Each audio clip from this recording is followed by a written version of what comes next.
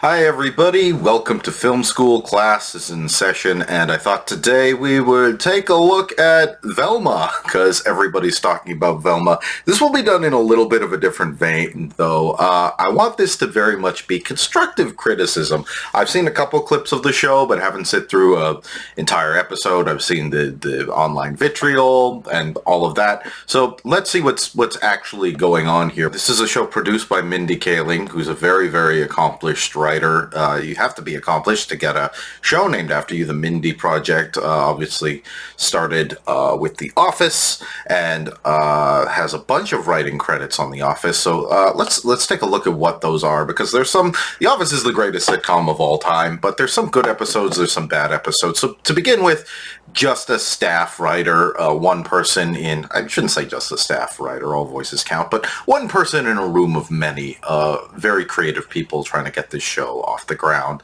It has some impressive credits. Diversity Day might be the funniest episode there. Healthcare and The Alliance are also very funny, standout jokes in them. They're kind of early classics in their own right. Basketball and Hot Girl, there's not many episodes this season, but there's a written by credit for Hot Girl. It's one of the worst episodes of that season, one of the worst episodes of the show, and basketball is nothing to write home about either. So, but let's go on. The Office had a rocky start. Let's see. Only 3 episodes, but these are all written by in the first season of The Office there. So we got a look at, we got the Dundies here. Very funny episode, very good, classic episode. The Injury, which had some funny moments in it as well. Take Your Daughter to Work Day, that had some funny things as well. These are pretty good. You can't really go wrong in these early episodes of The Office. Only 2 credits here coming along. In season 3, we have Diwali, which makes sense. She's of Indian heritage. Obviously, she would be writing the Diwali episode, which was fine, but not nothing to write home about. And Bang Franklin, which was actually quite funny. That was a good episode there. Branch Wars, I think that's the one where they try to poach Stanley. I can't remember. I think that's what happened in that one. There's some funny moments in that one. Night Out, there's a launch. I think that's where they go to see Ryan in New York. It's, or BFF BJ Novak is kind of the center of that one. It's not super funny. It kind of makes light of addiction, I suppose. It's not too bad. It's like, we'll see some more stuff. Some other things here. Frame Toby. Yeah, Frame Toby's not that great. Michael comes off a little mean in that one. Lecture Circuit is very funny, though. I love this 2-parter. It's really funny. Some classic Office cringe moments. Michael crawling up on the floor, backing out of the room. And, of course, the whole kind of through line of Holly going on in there. I think that's also where they plan a birthday party for Mindy. It is your birthday, or her character Kelly in the show, and that was really funny. So this is good. Golden Ticket is kind of it's fun. It's later Office, but it's fun. It's funny. We're going to be a little hard up here because we're getting into the. We're getting into, the end of the good era of The Office here. Niagara parts 1 and 2, I don't know, it's very Jim and Pam centric. It's very sentimental, and that's, at the time it was very nice. We'd been with the characters for a long time, but it's not super great. Secret Santa, yeah, that's a good Christmas episode. Jim's getting pelted by the snowballs, and there's some sweet moments. The drum line for Aaron at the end there is pretty good. Manager and Salesman was quite funny. I think that's where Jim and Michael switch jobs and things like that. So that was good. I like that. I'm about that. That was kind of funny seeing them go back and forth, them kind of clashing, both trying to be the manager. That whole dynamic was fun. Secretary's Day. This had some great Erin cringe moments. Her pretending that her hair is her room, like when she was in the orphanage. I also like the fact that there's somebody in the office who Michael just doesn't get along with. We saw that a little bit before with Andy, but he's just like, Aaron's weird. And that's really funny coming from a character like Michael. I'm chuckling remembering back these. These aren't like great, a lot of these episodes. Like I think Diversity Day is probably one of the most iconic things in my brain, but you're not looking at like, I don't know, like the booze cruise, or you're not looking at dinner party, things like that. You're not looking at gay witch hunt. It's none of these like classic episodes, right?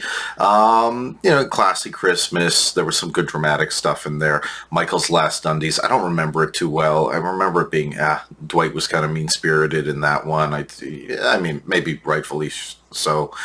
The Sting, I don't remember. Was that the one with Gotti? No, I think that was called Mafia. I don't remember what The Sting is. I honestly, I can't recall. And then, I have no idea what these episodes were in season 8. Season 8 gets kind of forgettable. That's nobody's fault. She's still writing the show, even though she'd left to do Mindy Project at the time, but she's still got a couple of writing credits in there, so that's interesting. So yeah, Mindy Kelly, the reason why I'm looking back is because the writing of Velma is so... from what I've seen, it's so lackluster, to be kind, that I really wanted to go back and see, okay, was she one of the big hitter writers on the series? I mean, obviously she got Mindy Project and stuff after that. I never really got into Mindy Project or any of her later work, but I mean, The Office that's really kind of the standard. But she does have a couple of solid credits in there. Maybe not like the best of all the episodes, but she does have a couple of good credits in there. So, but yeah, I think maybe the best one is probably like Diversity Day, where she's just a staff writer. But it's not written by Mindy Kaling, even though as a producer, I'm sure she had a great deal of, and as a writer, she probably had a great deal of say in the writing of the show. But it's written by Charlie Grady, has a lot of credits. Apparently, he wrote on The Office as well. 8 episodes here. What did you write? Crime Aid.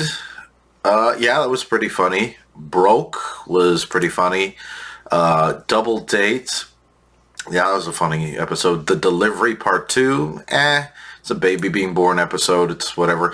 Andy's Play is one of my favorite episodes of The Office. It is so sweet. It's one of my favorite episodes of The Office, and it's one of the episodes where it's a theater, it's a play, it's a dramatic arts episode. I always love picking those out in sitcoms, and this is one of my favorites. This is one of my top 10 of the kind of theater dramatic world episodes of sitcoms. I really like Andy's Play. It's very sweet. There's some really funny jokes in here as well, and there's funny just theater shenanigans. It's really well done. Inner Circle, yeah, I mean, it's a season 7 episode. It's Robert California centric, so it's not great, but for what it was at the time, it's pretty good. And then we have Lotto and Get the Girl. None of these I particularly like. Daryl is very kind of pissed off and bitter in Lotto. Daryl is my favorite Office character. Craig Robinson, and his delivery is just pitch perfect. He's the funniest character in my opinion, but he's really not pleasant in this episode. And Get the Girl is really just kind of... it's an Aaron Andy episode, nothing too great. So we have, I'm not going to say these people aren't talented. They are, but they're definitely not like, they're not striking me as like the best of the best, although they do have a couple of their own kind of bangers in their repertoire with this series. I know there were some writers who contributed more. Of course, Mindy was also acting on the show, so also wrote episodes of the Mindy Project. I can't really talk about that. Mindy Project was always on in the background. Somebody else was watching that, so I can't critique that. But this is interesting. This article is kind of going into a bit of the backlash, saying that Mindy is being held to an impossible standard for the creation of the show. It's talking about South Asian representation and things like that. And none of that appears to be the problem with the show. The problem with the show isn't any of the race swapping or whatever. I mean, brass tacks, Scooby-Doo has been around forever. Like, if you want to reinterpret the characters to be different races and actually do something with that, it's not a bad idea. These characters have been around forever. It's like Shakespeare, remix it any way you want, set King Lear in feudal Japan, which they've done before. You can do that because these characters are timeless. That's kind of the important thing here. Velma cannot, it cannot tarnish the reputation of Scooby-Doo. Scooby-Doo is something that feels like it has existed since time immemorial. There is nothing that you can throw at this property, no amount of bad movies or TV shows or anything that's going to ruin it, because it's timeless. It really is. It's one of those things. So, and I mean, that's the thing too. Like, people say and there's a tweet here where it's, what is it? The style of writing brown girls that hate themselves wasn't around. I can't imagine being young and already self-conscious, then saying this portrayal. So there's people. Here's the nice thing about the show. It's uniting people. Black people, white people, brown people, Asian people. Everybody hates this show. Critics, audiences, everybody hates this show. Republicans, Democrats, whatever. Everybody hates this show. So everybody is coming together in the spirit of hatred towards Velma. So Mindy and Charlie Grady, you have united people. You have united people. But here's the sad thing about the show. Let's take a look here. Let's take a look at some of the people involved. I mean, we got Mindy here. She's a good actress, but in very specific roles. I think of her as like Taffeta as a voice role, or from Wreck-It Ralph, or what was that? She played that emotion, Disgust. She played Disgust in Inside Out, which is a great movie. Those are both great movies. Very, very specific kind of characters, but yeah, she's very good at specific types of role. Glenn Howerton as Fred. This could have killed. This could have been amazing. Glenn Howerton is such a good actor. He's so good at playing the handsome jerkbag. I'm censoring myself a little bit here. There's a lot of talent here. Look, like, we got Jane Lynch is in the cast. I mean, she never turns in a bad performance. Wanda Sykes, Nicole Byer, everybody loves. Russell Peters, man. Melissa Fumero. These are all great people. And then you have like animation. These are all just good performers who often turn in good voice roles. And then you have people like Frank Welker, Carrie Walgreen, animation royalty, people with some serious voice acting credit. I mean, Frank Welker is a legend beyond legend, and Carrie Walgreen in her own right. I might not be pronouncing that, Carrie, but absolutely amazing people. So there's some real muscle behind this show. There's some real talent here. So kind of seeing what it turned out to be is, I don't know, it's a little bit sad. Yeah, it's but let's get into it here. Let's take a look. Like, oh my goodness, this could have been such an amazing thing. I want to see an Always Sunny parody episode of Scooby-Doo. So obviously you have Glenn Howerton as Fred. Probably Sweet D is going to be your Daphne. Your Velma. I think that would be Charlie, and then Charlie Day, and then Rob McElhenney. Make that the Scooby, and the creepy guy with the old manor whose mystery they're investigating, that can be Frank, that can be Danny DeVito. But I want to see that. We can maybe talk about parody episodes another time, but yeah, I would love to see. Man, like, they had muscle here. They could have done this good. But anyway, let's get into it here. Hi, HBO Max. Let's see what's going on. Let's see what's going on with this show. And this is my origin story. Okay. Sure. Normally, origin stories are about tall, handsome guys struggling with the burden of being handed even more power. Okay, so I hit that prematurely, but okay. So here's the problem right now. Let's let this go so it's not lightning. Here's the problem with this right now. There was a joke in there, but they kind of missed the point. So here's the thing about origin stories. We've seen a million of them.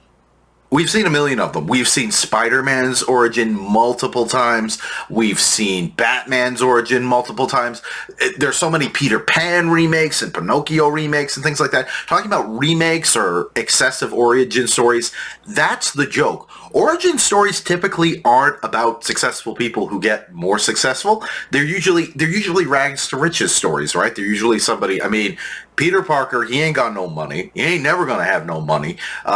Bruce Wayne, yeah, he's rich, but both of his parents are murdered when he's like 6 years old or 9 years old or something like that. The thing about origin stories, it's not about people with a lot of power getting more power, you know? It's about this is the inciting incident, but the joke, if you're going to make a critical writing thing here, is we've seen this a million times. Like, for an example of doing this right, Into the Spider-Verse, you see all of these different versions of Spider-Man, and they know we can't tell the origin stories of all of them. So they do these quick little montages, which have these callbacks to other movies and things like that. And even the Lego Batman movie, same creators, Lord and Miller, will do that. It's like you went through a weird period in 1996 and in 1989, like referencing all the previous Batman movies and all the different, and you see Lego Batman in all the art styles of all those different versions. That's funny.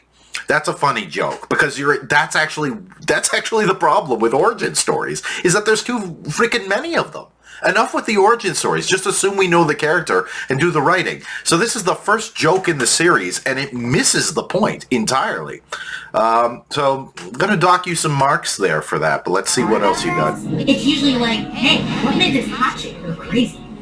So to remedy this, I've decided. I think it's talking about like Harley Quinn and Suicide Squad. But that's all I can think about. Anytime there's another origin story, like I'm thinking about your Captain Marvel, your Wonder Woman, stuff like that. That's not what those origin stories are about. I don't get it. It's like it's saying things that are like, oh, this sounds like something that's true, but it's actually not. If you think about it for half a second, it's like not. You're trying to make jokes about things, but it's like you don't know what to make the joke about, or you don't know what the focus of the joke is about. So that's really weird. More points off for that, I'm afraid. To finally share the bone-chilling events that drove me to assemble the greatest team of spooky mystery solvers ever. Yeah, it was me, not Fred and his weird sex band. This is my story. Fred and his weird sex... Okay, so... damning this with faint praise, I like this setup. I like the spooky, the lightning. I like the moving over the objects. I like this setup where, you know what, if it didn't have this adult comedy bent and you wanted to just make suppose you wanted to make a show for teens or young adults. Suppose you wanted to make this a young adult show. The kind of vibe with going over and even Velma kind of saying, yeah, this is my story. I know you always think I'm the one in the background, but really this is the story about, maybe pushing Velma to the front a little bit. She's an interesting character. Why shouldn't she get a series? So I mean, that kind of vibe could work, but then, Fred and his weird sex band. No, they were a band. They needed that band. They're called the Mystery Machine. They would drive around and they would just how like I don't know, Miss Marple or whatever, or I don't know what, Father Brown. There are these people in Jessica Fletcher. They're people with different professions. You got like a writer, you got a writer, you got a priest, you got just an old lady. They will just kind of stumble in to a mystery. This mystery, the reason why they had them be a band was, bands can tour around, they can go to different locations, and they can stumble upon spooky stuff. It was a good setup, and that's why all this kind of eclectic mix of people, these kind of different people are all together, because they all play different instruments. They all bring something different to this band. So, and was it Fred's van, or was it Shaggy's? I feel like it was Shaggy's van. Let's see. Let's fact check this. Whose van was the Mystery Machine? Let's take a look here. A machine often driven by Fred Jones. Okay, so it was Fred's van. But no, that was your touring van. You couldn't afford like a bus. You were just a group of teenagers there. That's what that was. It wasn't a... I don't know, this is trying to be edgy, but it's like, it doesn't understand what it's parodying. We're 44 seconds in. Oh my goodness, this is going to be long. I kind of came in trying to be charitable. I do like some of these background textures and stuff like that. Like it's not like there is some style here and there. Let's Told my way. Sure. Okay, that's fine. Starts with a murder, bitch. Okay. I like the general sass. It's just coming across as really crude. Yeah, these backgrounds are nice. I like these kind of blurry textures. This school sucks.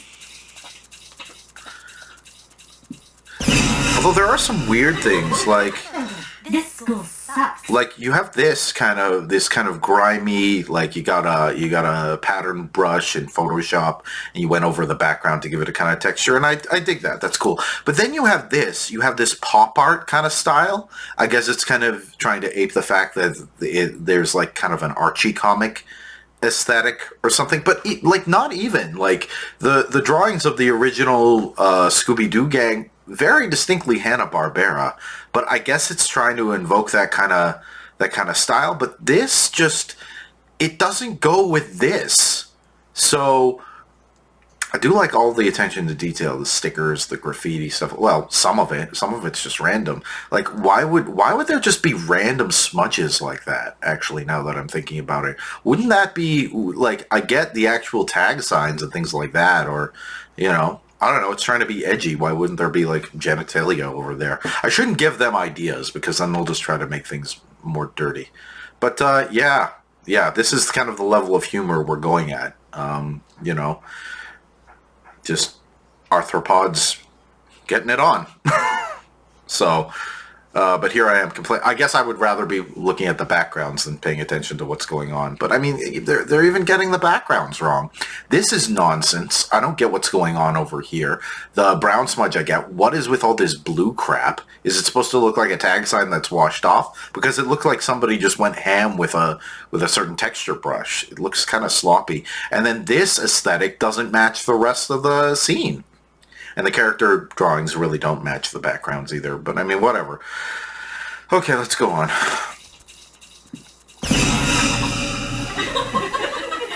Okay, Team Shower discussion topic. It's not bad staging. How pilot episodes of TV shows always have more gratuitous sex and nudity than the rest of the series.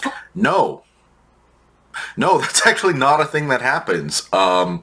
If you have too much of that, you're gonna not cultivate the widest possible audience. Like, I remember seeing demographics about, like, think about that first episode of Game of Thrones. Game of Thrones is just known for sex and violence, right?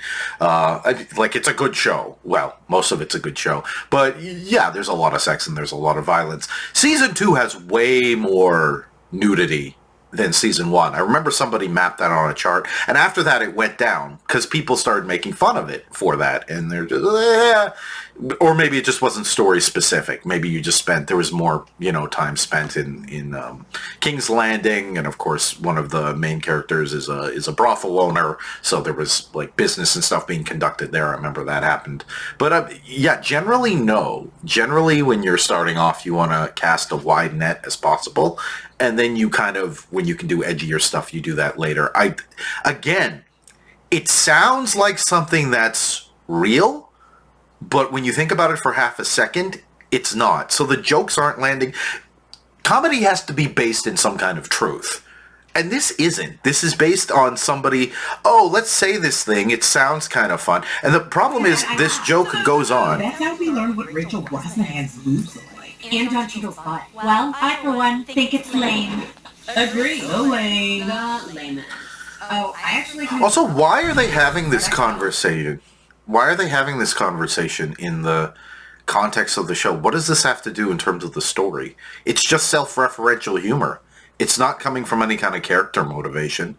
I mean, which I know sounds a little, but like, I was watching an episode of The Simpsons the other day, and the funniest jokes were all motivated by, this gives us a better understanding of the character. Or it's funny because the character is acting in character in this situation, and the characters are just naturally funny. Like, again, you gotta be coming from a real place. These aren't characters here. They're really not. I still can't understand what is with this voice performance. The only hook of the Voice show, direction, I should say. is good storytelling. Then why was your favorite part of the Riverdale pilot when Betty and Veronica kissed? Well, because it was instantly called out as tired in the scene. Because it was instantly called out as tired in the scene. So basically, this is a whole scene of lampshading. Like basically, oh, if we call attention to that thing, we can do the thing. It's like, wouldn't it be racist if I put on blackface and then I put on blackface and it's okay because I've called it out? No, it's not okay. That's, lampshading is lazy. That's what it is. But she's saying here that lampshading is good and that's why I like it. But also I think this character is supposed to be kind of stupid. I think this is Daphne. I don't know. All these characters look a fucking like. But yeah, because this character is supposed to be stupid. So I guess the commentary is, we're doing a stupid thing in the show, and the stupid character is doing the stupid thing in the show, and what we've just done is stupid and not funny and lazy. I don't know. Like, I'm very confused right now. I'm like, you know what? I went into this with a positive attitude. I went into this with, constructive criticism, but we're not even 2 minutes in. And it's just... like, what are you doing? Like, you're basically saying that what you're doing is stupid and dumb and not funny. Within 2 minutes. Your early jokes are supposed to hook the viewer so that they keep wanting to watch, but this is so lazy. It's lazy. No, it's because it was hot. You can have it both ways!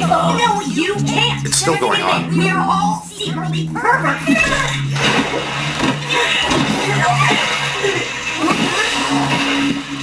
What? And how do you feel about race-blind testing, Daphne? What? Okay, look at this. They're having a conversation about TV tropes. It devolves into a fight, but it's not even a fun fight.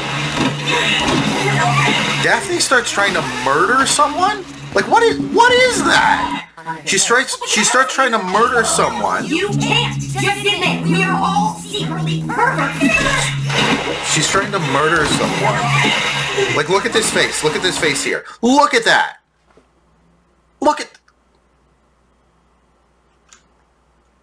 Do you remember Daphne from the show? Did you watch the show? They were good folks. They were decent folks. They just wanted to play their music and solve the mysteries. They didn't have to solve those mysteries, but they're in it, and they're like, well, gang, I guess we got a mystery to solve. They were all pleasant folks, and they were friends. She's trying to murder someone within the first couple of minutes, and then Velma comes in across the room with a crowbar. Okay, let's not get into the physics of it, because whatever. And then immediately she says... How do you feel about race-blind testing, Daphne? That's such a huge tonal shift. I don't understand. The things they're saying is not matching the action here. What is going on? I'm a little bit speechless now. The Asian woman? I think it's... Okay, I'm glad that you told us you're Asian, because you just look like a...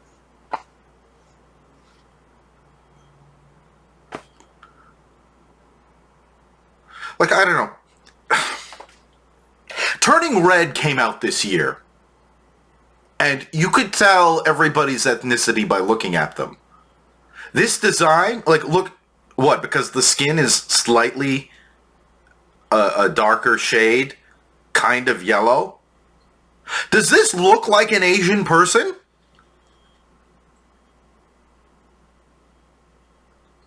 Have you seen an Asian person?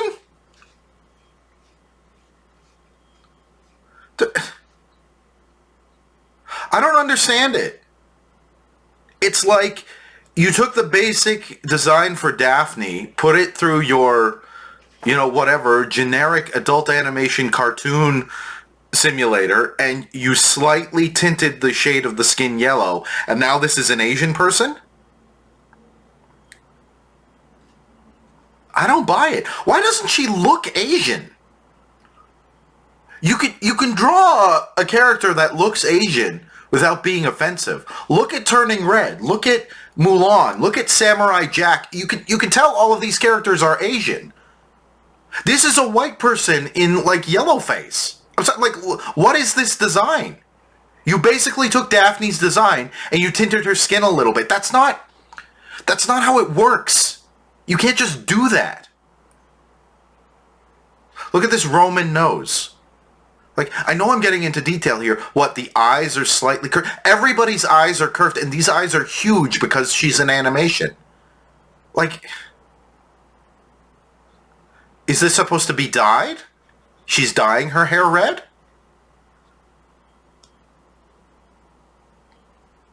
Literally, if they didn't say that line, I would have no idea this character is Asian. You're trying to tout representation and all of that here. And hey, like, I'm all for that. Honestly, I come from an Indian background. I have Indian heritage. And whenever I see a brown person on screen, I'm like, oh, hey, you know, go us. You know, I feel like that. Seeing somebody who doesn't look like me but shares my heritage on the screen. So it's a good thing.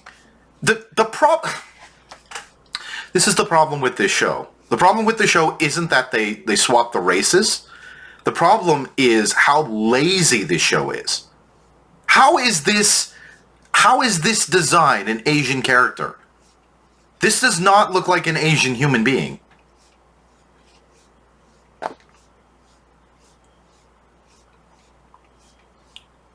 You can draw characters and use distinct features of those characters' ethnicities without it being racist, but with it being a faithful representation of that character. Look at Wendell and Wild, which came out this year. All of the characters, even the demon characters who were played by Key and Peele, you know, you can tell they're black. They have black features. You can tell what races these characters are because they will incorporate those features. They're not stereotyping. These are just things that exist. These are just the realities of what people look like. They're not exaggerated. They're not doing blackface. These are just design choices. This is, like, that's all I'm talking about here. This is lazy design. Lazy. I should be able to look at a character and know what they're about. That's good character design. You look at the character and know what they're about. I would not know this character's ethnicity if the character didn't expressly say, well, as I am an Asian woman, and they must have known that. Because why include that in here? Just, the thing you don't even understand the thing you're trying to do. I honestly wanted to be constructive here, but I'm just getting ticked off. Oh, This is so lazy. By authority issue, but everyone loves it when white people play Jesus or a professional boxer. Why can't it ever go the other way? There are Chinese depictions of Jesus, there are black depictions of Jesus, there are white depictions of Jesus. There are depictions of Jesus as every race. It's like, you got a thin version of the Buddha, you get a fat version of the Buddha. These interpretations represent different things to different people. Of course, black people would have a black version of Jesus because they're black. You know, it doesn't matter. Okay, it doesn't matter. Jesus was Jewish, and Jesus was from the Middle East. You know, like, I don't know. He could have been a white Jewish person. He could have been a brown-skinned Jewish person. I don't know. I wasn't there. But people like have their different versions of Jesus because he means different things to different people, and people see themselves or see Jesus as something they aspire to be.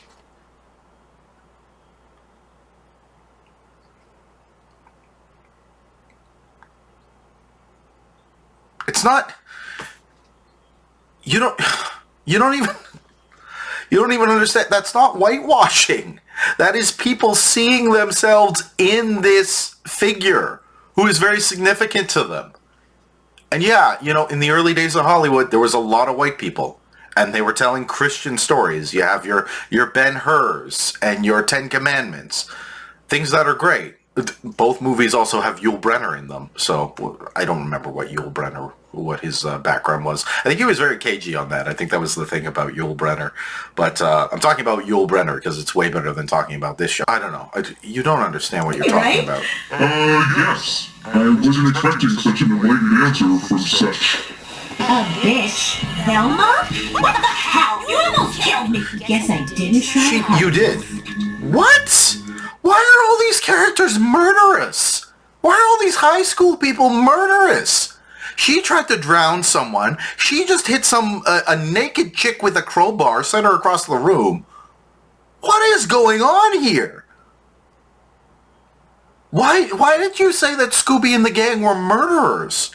Oh my goodness. See, now if this was a show, it'd be super hot if you two kissed. Krista, if this is a show, you'd be killed off for being horny. Brenda? Wait, did you climb in my locker to prove how skinny you are again? Ugh, we get it. She has no brain!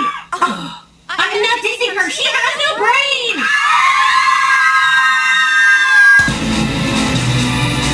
Although you were kind of...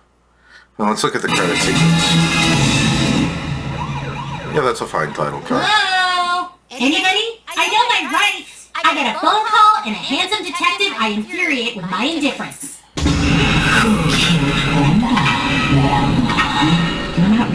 You're not real. Who isn't real, sweetie? God's not real if you two morons are running this investigation. Why are you so... Everything is snark. Everything is snark. Okay, you know how Joss Whedon will write characters and they're very quippy? They got all these kind of barbs going back and forth and stuff like that. But they're generally funny and charming. She's like all snark. This Velma is like all snark without any of the charm. Which I don't get, because I think Mindy Kaling is a charming lady. You know? I think she can be witty. I don't know. Like, I guess I'm basing this mostly on.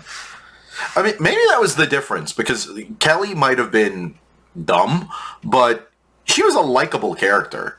She could be very dramatic and out there and selfish, and she was a flawed character, but she could also be really nice. Like, I love that episode where they're trying to prove how good their customer service is, and Dwight makes a phone call in the sales call with Jim, and he's on hold for basically the whole meeting, and Jim calls Kelly, and Kelly is immediately like, "Oh my gosh, Jim, it's so good to hear from you." It's like, you know, she was nice.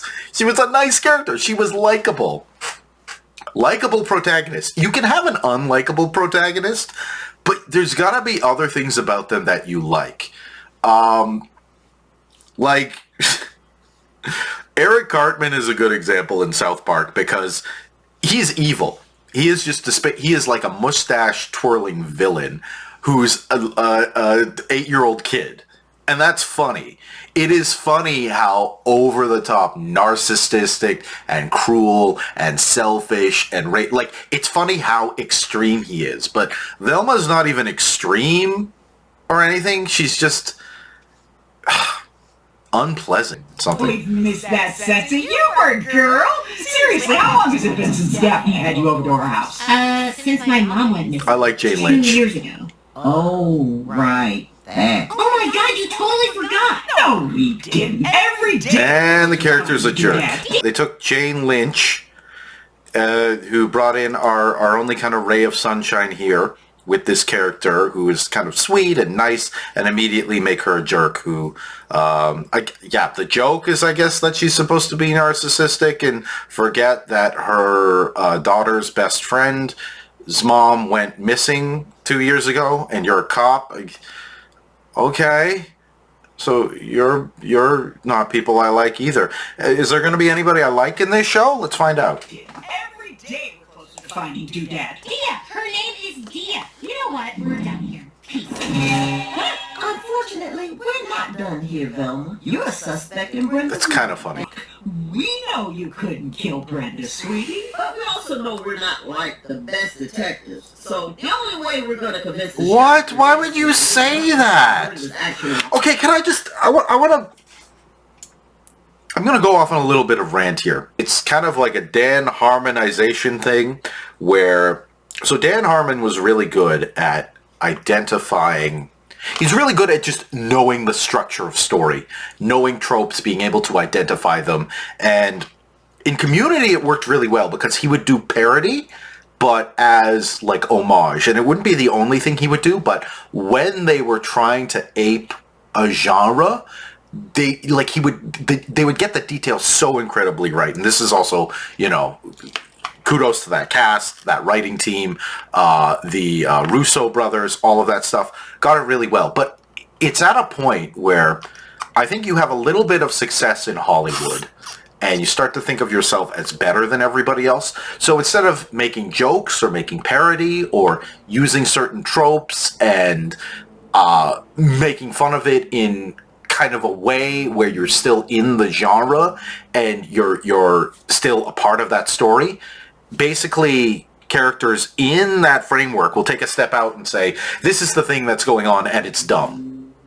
They'll just lampshade it. I remember not the last season, I think of the season before last, there was a couple of, it was the episode with there was a fantasy one and there was a episode with a heist in Rick and Morty, where I like the fantasy genre, I like the heist genre. They have their kooky things that are weird or kind of dumb about them. That's fine. But the whole time, you just have Rick saying, oh, this is lame, this is lame. You know what's lame? People calling stuff lame is lame. When you do this, oh, we're cops, but we're not smart, it's not funny. You calling attention to it doesn't mean you're smart. It just means you're lazy. You're still doing the trope. Why not turn it on its head? Why not do something different with it? Why not make the joke that, oh, the cop really is smart and people think they're dumb? It's like I don't know, just like do something. All you're doing is the same. And I hate some of the tropes I hate the most are the high school stereotypes, American high school stereotypes. One, I'm Canadian and that wasn't my experience at all. We don't have the same kind of sports culture, so I don't relate to it at all. Like, at all. That was not my experience at all. You would have a couple bullies or jerks and people did kind of hang out, whatever, but I mean, like, I hung out with quote-unquote sporty kids. I hung out with quote-unquote popular kids. People were just generally people. They were just, even doing this, like, nobody was really a type. You know what I mean? Like, that wasn't really a thing. People were all just, they had different, you could be in band and be on a sports team. You know what I mean? You could do whatever. Like, it wasn't like that.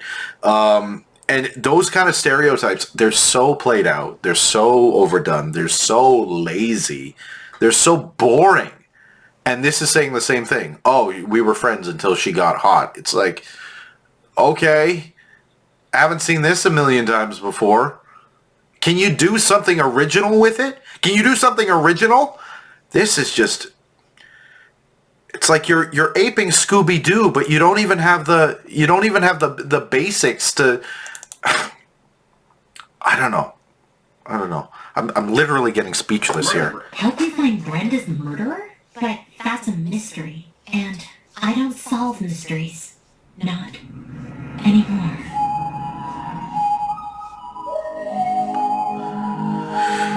Okay, I do kind of like this. I don't solve mysteries anymore. If this was played completely straight, it would be funny. Like, think about in Airplane, how the guy has a drinking problem. Or, like, Airplane's a great example of parody because every character in that situation, this is a life and death situation. Crazy stuff will happen. Nobody ever acknowledges that. There's not a moment where Leslie Nielsen goes, "Don't call me Shirley." And then somebody says, "I wasn't calling you Shirley, I was, oh, I see what happened. I was saying the word Shirley as in genuinely, honestly, and you thought I was calling you a girl's name." See, when you lampshade it, it's not funny. It's just lazy. This is lazy. The thing I wanted to point out here was her eyebrow went above her hair. A lot of animation does that. I really don't like it. I really don't like it. Your eyebrow shouldn't go above your hair. If there's a bald character and their eyebrows are just like floating above their head, that's a little different, but I really hate it when the eyebrow goes above. Just put that on the layer underneath. Or change the hairline so you can see the eyebrows. Jeez, you're in... I hate when that happens. It basically takes me out. I'm basically aware that this is an animation. I hate this kind of flat animation too. These characters all look like cardboard cutouts. Because this is probably done in like Toon Boom Harmony or something, and these are all objects. Like this head is probably an object, the arms are an object. So they all kind of move like this, and they're all kind of obviously motion tweened. Because they're so stilted. If it was hand drawn, it would look a lot. You know what? You can use that as a framework, but sometimes it's done so much and it's so jerky, and the characters can barely move. They're in this position, and then they kind of shift in this position, and there's like no in-betweening, and it's just... Like, I get it. Animation is really hard, and it's really time-consuming and really expensive, but, you know, it's also something when I see so much of it, like SpongeBob is hand-drawn. Can I just say this kid's show is hand-drawn, and it looks so much better.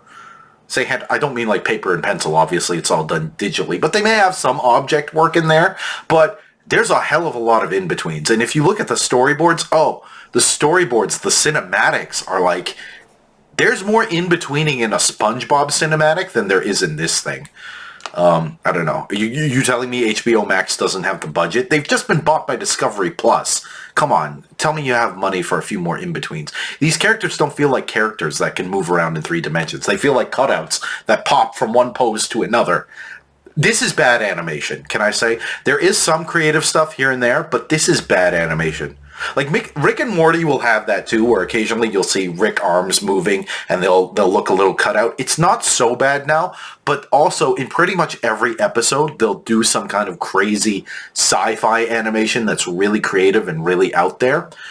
There is a little bit of that with her monster flashbacks. We'll see that a little bit coming up from what I've seen. But so there is a little bit of that in here, but in general, it's just boring, lazy looking animation. I know, you know, I was watching a Corridor Crew recently, and somebody was saying there's no such thing as an easy shot in animation. There's only less difficult shots, and that's true. But this is just, it's so samey, and it's just so, these characters don't feel real. They don't talk like real characters. They don't, you know, that's the thing. And you can solve a lot of these problems just by having good writing. You know, I wouldn't be nitpicking the animation probably at all if I actually liked these characters, but they're just so unlikable. And they're not characters. They just spout tropes. We miss you. Say hi to your father and Dad. Yeah.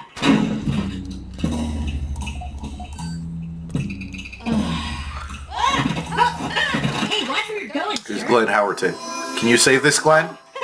Hey, Fred. Do I know you? It's Velma from school. You cheat on me in Spanish because you think I'm Mexican. Maybe. I have a disease where I can't recognize people who aren't hot. My doctor says it's basically sickle cell for rich. You know what? Glenn is actually doing a voice here. He could just be doing his Glenn Howerton voice, but he's actually trying to make this character sound like a teenager and not a 45-year-old man. Velma is 43 years old, so... Yeah, I didn't even talk about the fact that scene with all the hot chicks in the shower, those were all teenagers before. Yeah, that's not a little unproblematic. What do you? I realize you're doing a slasher trope, but whatever. I don't know. Other people have said that before. Yeah, but you're doing some performance work, Glenn. You're just not just using your voice like the title character is. Not that there's anything wrong with that. You know, Mindy does have a very distinct voice. But her problem is, she sounds like the Valley Girl. Like, that was the whole point of Kelly's character. Even characters like Disgust or Taffeta in Wreck-It Ralph sound like you know, she sounds like she should be playing Daphne. It would have been better if you had cast Mindy Kaling as Daphne. That would have worked. But she sounds like she's just doing her regular Mindy voice. She doesn't sound like a frumpy, book smart, you know, Hermione Daria type character. So it's not working. She's coming across, and can we just say, Mindy Kaling does this thing, right, where she'll make fun of her appearance a lot and be like, oh, I'm overweight, I'm short, I'm blah, blah, blah. Can we just... She did that a lot in, not New Girl, what was the name of her show? The Mindy Project? But like, Look at this lady. Look at her. You know, this is an attractive lady. This is a good-looking woman. She's 43 years old. She looks great. Like, come on. You're trying to say that you're the frumpy one? Really? I mean, maybe that's how you felt growing up. I don't know. But I mean, like, it's weird that you're still playing that card. This is a gorgeous woman. Like, just, like, come on. Like, I always felt that really weird. Like, again, I didn't really watch the show, but occasionally it'd be on in the background, the Mindy Project, and there was a lot of things about, oh, I'm so fat, oh, my weight. And even here you had that comment about the, oh, you know, you have got the body hair and gorilla arms and all that stuff. I'm like, Mindy, like, what? I don't know. I don't know what self-image issues you have, and I'm not here to judge. Like, you can be the most attractive person in the world and still think that you're, you know, hideous. You can have all of these problems with your own self-image and things like that, and maybe that's what's going on. But I mean, this person can't play the I'm ugly and I'm gonna make fun of my appearance and all of that stuff. She can't play that card. There's no validity to it. This is a very attractive woman. Like, I don't know. Like, she's good looking. So I don't know why she's always pretending to be the frumpy one, you know? I don't know why she does that. She's just, I don't get it. Like, yeah, okay, maybe an exploration of somebody whose self-image is that messed up would be an interesting character. That's not what's happening here. We're just going for the low-hanging fruit. Frumpy Velma. Oh, look at me, I'm Frumpy Velma. You're not. You literally changed the ethnicity of this character so that you could play her. You would your voice would have been much more suited to playing Daphne. This kind of rich, sophisticated snob. That would have worked better, but no. You need to put yourself in the starring vehicle, I guess. Producing this show. Put your own message. I don't know. This seems like a vanity project in a way. I don't know. What is with this thing? Okay, let's get back to Glenn Howerton.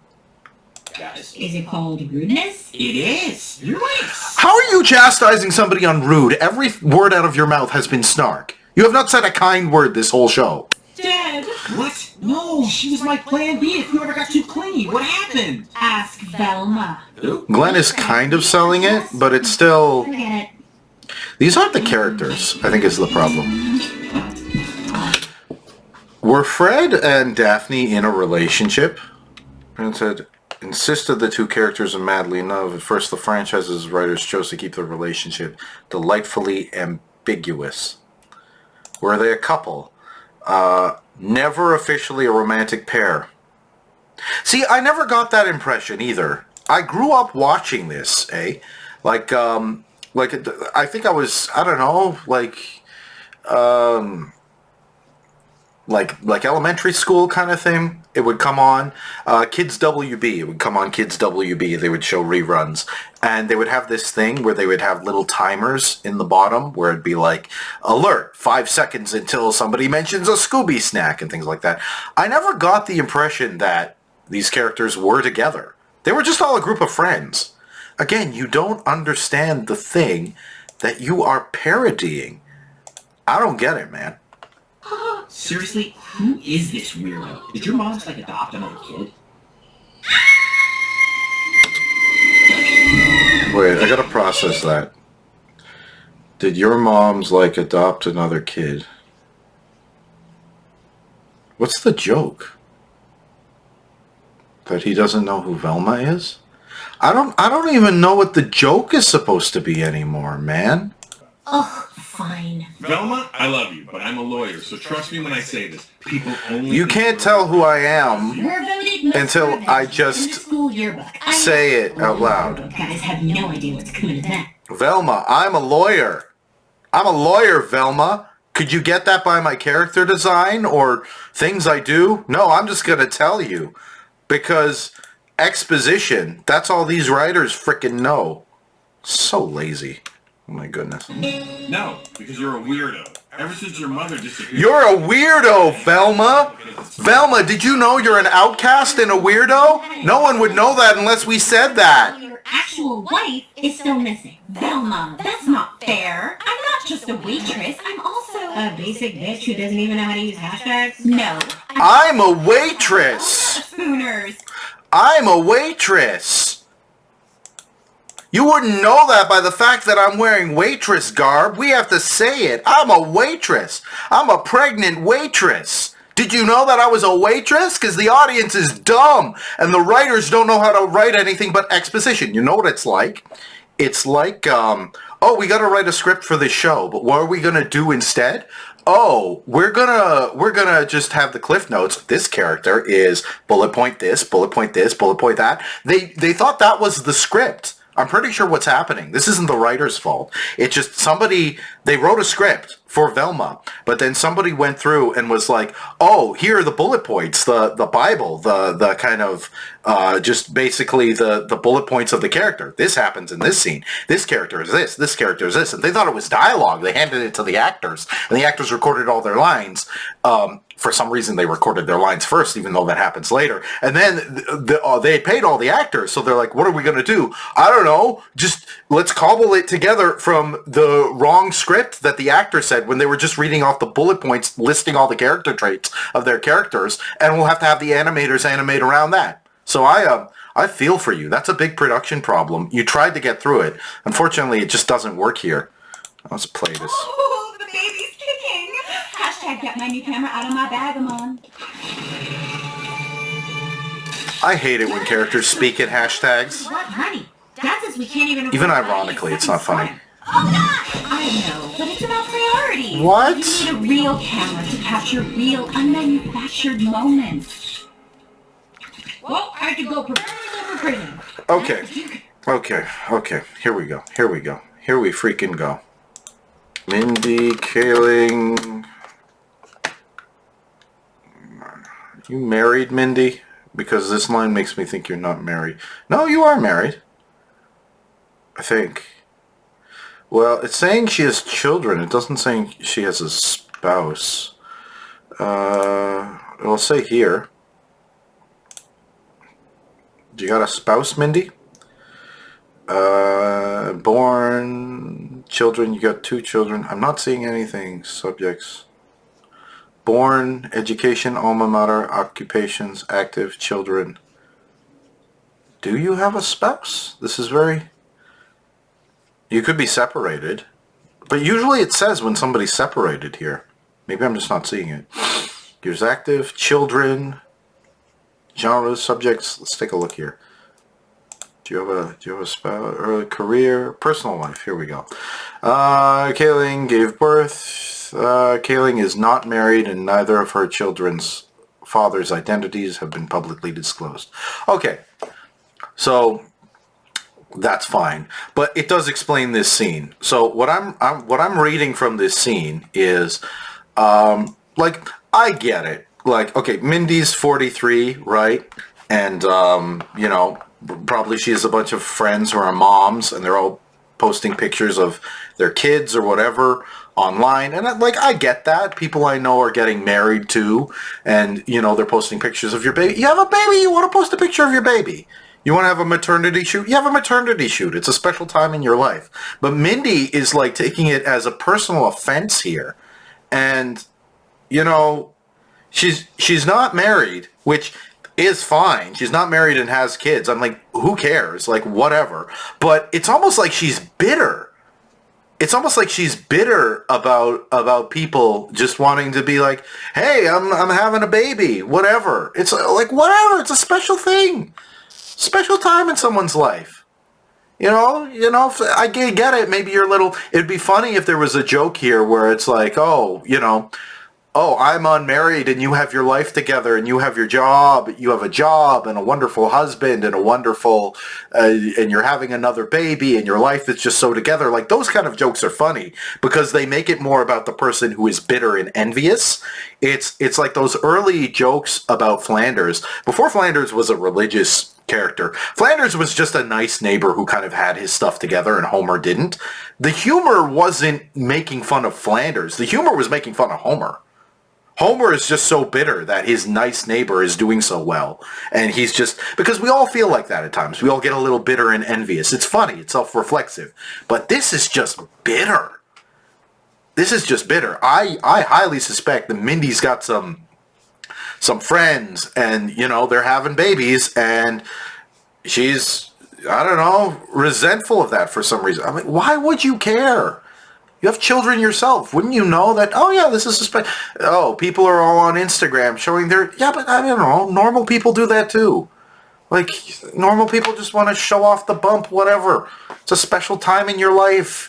Having kids is special. Having, like, some people, you know, that's a huge part of their life and their identity. Why shouldn't it be? It's a big thing. It's a big deal. Having a baby is a big deal. Why are you so bitter? Why is this show so bitter? I don't get it. Mindy Kaling has had an amazing career. She was on The Office, the greatest sitcom of all time. She got a sitcom with her name after it. She's still producing television. Why is this show so bitter? Shouldn't you just be happy that your life is amazing? Like, what's going on? Like, I don't get it. You have an amazing career. Why is this such a bitter series? I don't get it. So this is they're singing an inappropriate song at a funeral. And yeah, normally in pop culture, when a slutty girl is murdered... Like, they've done this before. I'm thinking of, like, just how these jokes have been done before better. In Superstore, Brett dies or they think he's dead in the hurricane or the tornado. And Sandra plays, I'm a creep, I'm a weirdo. I think on a ukulele. I can't remember what she was using. I think it was like ukulele. Because that was the only song she knew. And then she played it again. And that's funny. Because, yeah, it's coming from the character. Why does this also, like just knowing the character, just, like, kind of unassuming, there's a little bit of subtext there that people think she's, like, maybe kind of, like, a lot of weirdos work in the store. And then it comes across, they do it again when she gets married. She sings it, her and her, Jerry sing to each other, you're my creep, you're my weirdo, and it's kind of endearing. So... That's an example of the same joke being... It's a joke we've seen before, and it's not... I've just seen it done better. I don't know. Well, maybe she deserved it. But that is what made Brenda so special. She was the rare... Nobody thinks that. Nobody thinks that. Nobody thinks... When someone... Especially when this isn't fair. It's not a fair thing we do, but especially when someone pretty is taken away too soon. Like, it almost adds an extra element of tragedy. People were like, oh, they were so young, they were so pretty, or they were so handsome. Like, what a tragedy, because they were so outwardly beautiful. Like, that's the way people think. People don't think, oh, you were hot, you deserved it. Like, who thinks like that? Nobody thinks like that. If anything endearing about a person when they go away. Oh, she was a single mom working 2 jobs, like whatever. Oh, they were going to school, they were going to college. It's like, what a tragedy. Their life was cut so short. Again, it's just so bitter and vindictive, this show. Deserve to be murdered. Thank you, Cassandra. That was beautiful. But Brenda wasn't just a rare slut. She was a rare friend. In fact, she was such a rare friend, she made my previous so-called best friend look like a piece of crap. Why? Now that I know she's the main suspect in Brenda's murder. Okay, I get why she's mad at Velma there. This noise. That's motivated by that at least was something bitter coming from a character motivated by something else. So, I get that. I get why she's mad. She thinks Velma murdered her friend. She did attack her with a crowbar. I get why Daphne hates Velma. But Daphne also tried to murder someone with a puddle of water, so... You're not real. I don't like any of these You're people. not real. You're not real. I only like Fred because I know he's played by Glenn Howerton. Glenn Howerton is fantastic. What? If I tell you, will you remember? I'm real. I'm a real man, Father. Something on your head? This is so shallow. Stranger I'll never see again, I can tell you. trying to pull myself together so I can be the man my father expects me to be.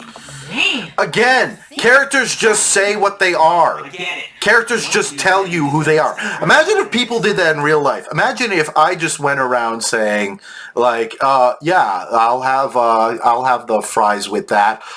By the way, I studied animation in college, and I, write plays, and I blah, blah, blah, blah, blah, whatever it is. What if I just told you my backstory, whatever I'm about?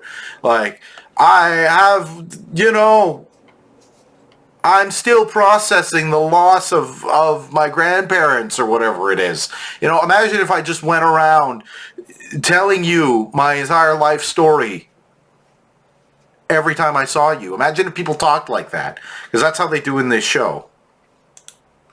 Like, you can have exaggerated characters that still sound like the thing they're saying is something they might actually say. I don't know.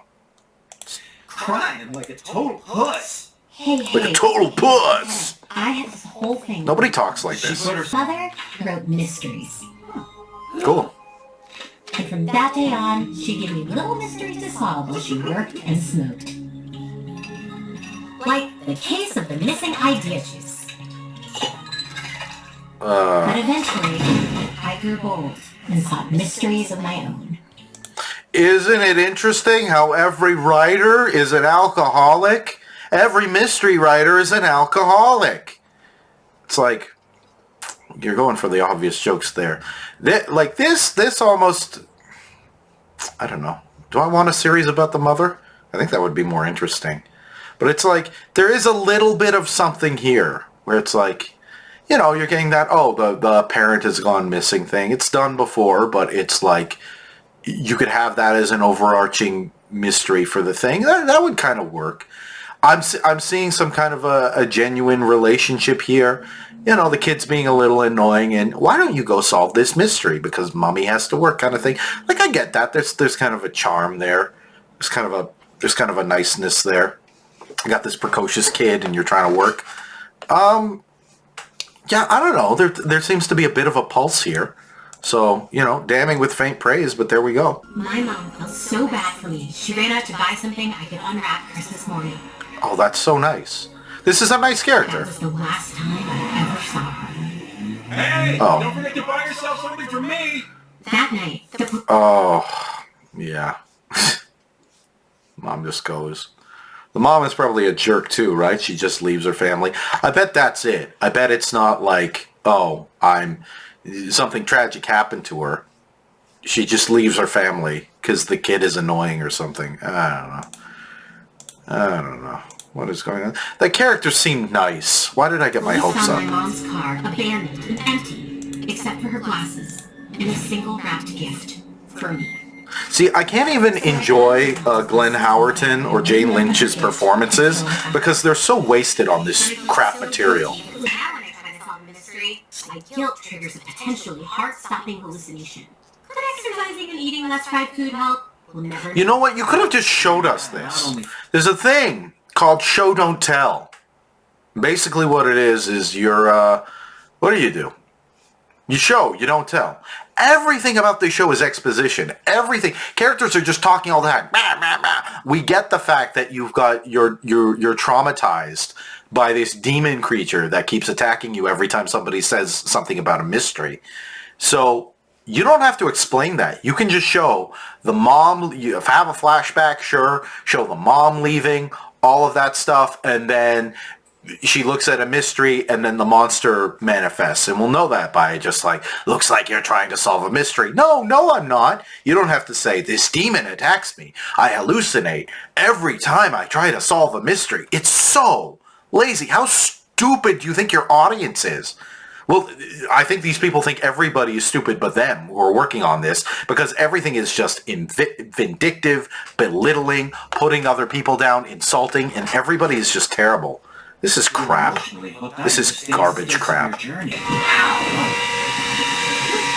he runs over her. Velma! You know the shut up Meg jokes in Family Guy? How they're always like forgetting Meg or the belittling Meg?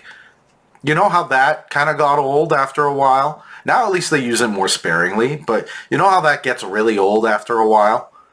This whole show feels like that. Like, alright, let's see some more of it. There you are! Norville?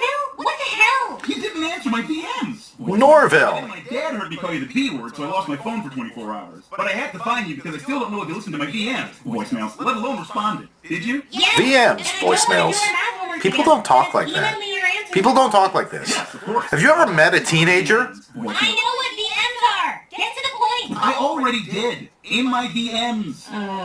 They're doing... You know what? You know a joke is good if you say it once and it's not funny, and then you say it 3 or 4 more times and it's still not funny. You gotta say a joke like 3 or 4 times, the exact same joke, for the audience to laugh. Otherwise, they're not gonna get it. If I can't convince people I didn't kill Brenda by tomorrow, I'm going to be arrested. I know, but I also know how to find out who did kill Brenda. If you ever want... Characters just say what's going on all the time. Breathe tattoo. It's the coolest spot in Crystal Cove. Only every day of my life. On TV shows, the malt shop owner is always a friendly black man or a spicy and meatball Italian. So you're like, oh... Again, if you lampshade the racism, it's not racism.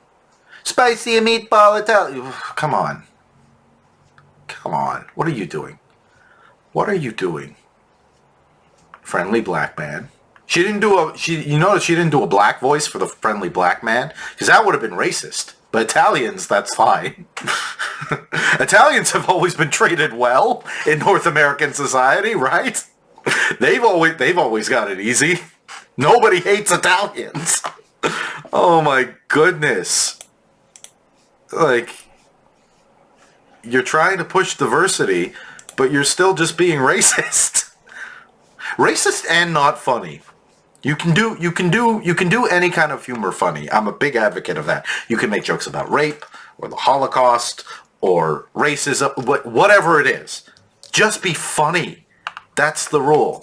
But you can't be funny if you're being lazy. I'll forgive a joke if it tries and it fails. You know what I mean? If a joke tries and fails, but this isn't trying. Again, misunderstands the source material. Oh, they're always always a wise black man or an Italian. That's not, who dispenses advice. Yeah, like I know there's a trope of that, of the like kind of mystic or the kind of the helpful black person who's always dispensing advice. You could have made a joke about that, not by saying it. I would recommend next time you try to show the thing you're making a joke about, instead of just having characters spit exposition. These aren't even jokes. These are just pointing out tropes. That's all it is. I could get the same experience from this show as going on TV tropes. They aren't jokes. They're just listing things. It's Ace and Denton. Is it Ace and Denton or Paul Ace and Denton? It's Ace and Denton, I'm pretty sure. It doesn't matter. Why am I talking about literary illusions when we're... Why am I talking about writing constructions with this show? There is no writing in this show. It's just a bullet points. Oh, the kids come here for the folksy wisdom. But Sophie has no wisdom. Just a lot of t-shirts with puns about wine. Okay, Pop Tate was white. I think what they're trying to make fun of is Archie here. This is very confused. They mentioned Riverdale before. It's not... I get the confusion because the Archies were a band that went around too, and Archie did sometimes solve mysteries, but that wasn't really the thing with the Archies. They were just kind of... The thing about Archie comics were that cast of characters getting into fun situations, and in some comics they happened to be playing together in a band. But I think you're referencing Pop Tate with this like malt shop owner trying to dispense folksy wisdom. That was Pop Tate, and that's not all Pop Tate did. I read Archie comics growing up. I've read Archie comics, going back to the 40s, right? There's a really great book called 12 Cent Archie that analyzes kind of the different story tropes in Archie comics. It's really good. If you want something that points out tropes that maybe you don't always think about, it's really good. I'd highly recommend 12 Cent Archie. That should be your takeaway from the video. But Pop Tate was just a character, you know? He, honestly, I don't really remember him dispensing folksy wisdom. Sometimes he would get into altercations. Jughead, you didn't pay your tab. Now you have to work at the Pop Tate's malt shop or whatever in order to pay it off. Like, sometimes he was an active character. You know, he didn't just dispense folksy wisdom. You know, again, you're trying to, again, you're making jokes, but the jokes you're making aren't based in any kind of reality. Basically, you're writing a character whose whole purpose is that he's an opposite or in opposition to an established character. So there's nothing original about that. You're not subverting anything really. You're just like, oh, you know, the joke everybody makes about Shaggy is he always does drugs, and Norville doesn't do drugs, and his name is Norville. This is a different character. Why did he even have to look like Shaggy at all? Why even give him the green shirt, make him lanky? Why not just make him Norville? This show can't stand on its own 2 feet. It only exists by making fun of better properties, quite frankly. Scooby-Doo was a decent show. There's a reason why it's endured for so long. The formula holds up. It was an enjoyable show. The characters were likable. They were fun little mysteries. There was always some kind of a monster or spooky element. It was goofy. It was fun. You know, the characters were endearing. They were all friends. All of the characters were friends. They all liked each other. Nobody said that Velma was the unpopular one. She was just one of the gang. Shaggy was a little bit goofy, Scooby were goofy, but they were part of the gang. Heck, they were so accepting they even tolerated Scrappy-Doo, you know? I didn't really watch those episodes. That was kind of after the episodes I saw. I liked all the classic Scooby-Doo stuff, but yeah, no, they were just a group of friends solving mysteries. And now they don't even like each other. But okay, that's cool. Is someone trying to solve a mystery? No, I was just asking you a question.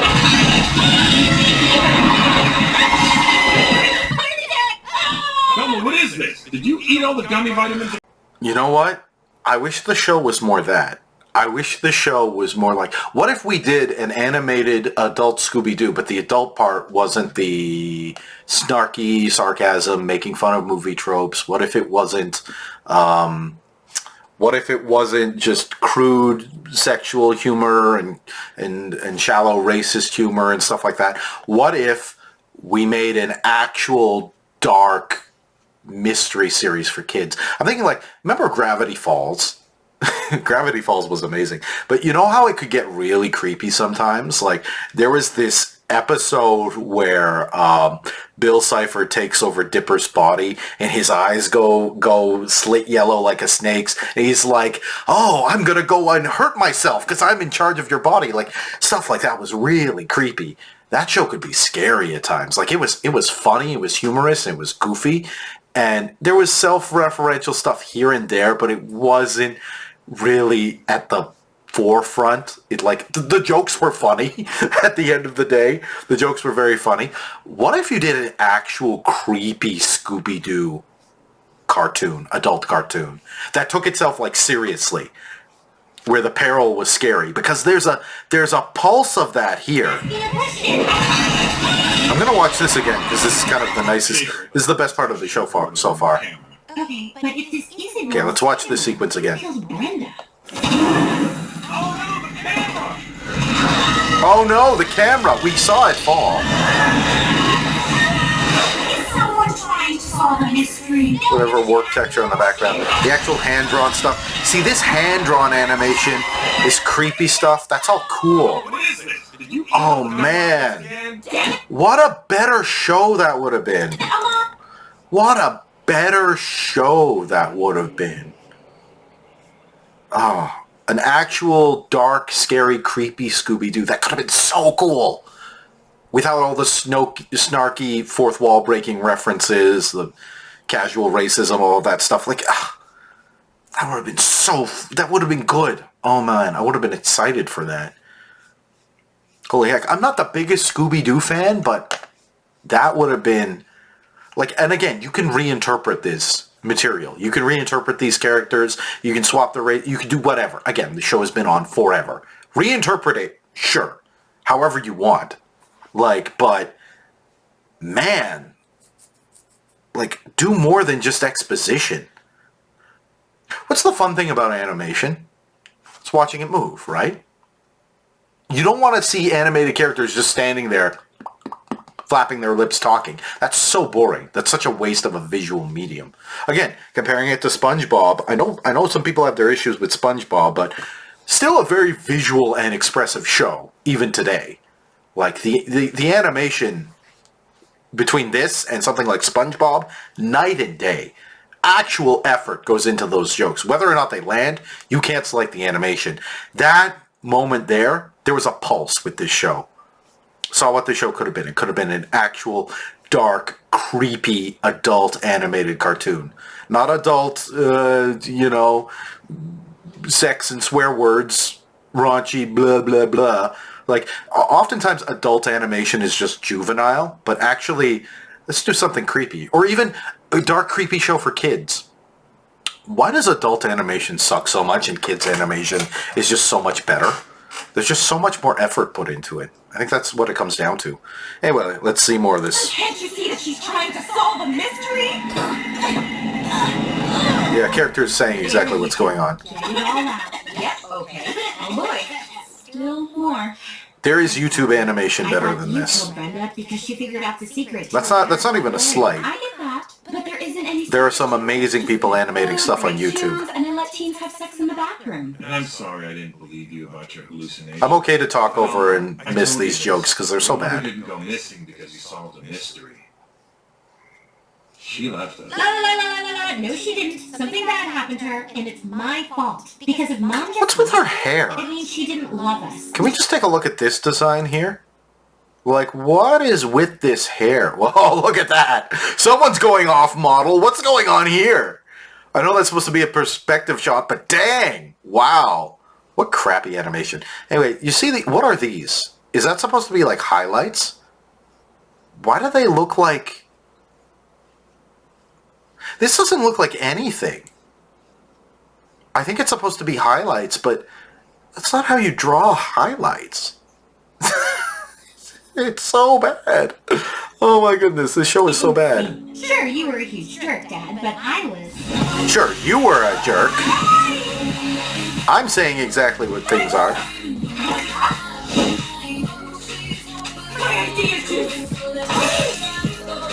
So your kid is... What? Oh God, Mom wasn't taken. She left because she hated us. Yes. So you can stop feeling guilty about your mysteries, baby. I think she hated you. Start changing your personality to fit in.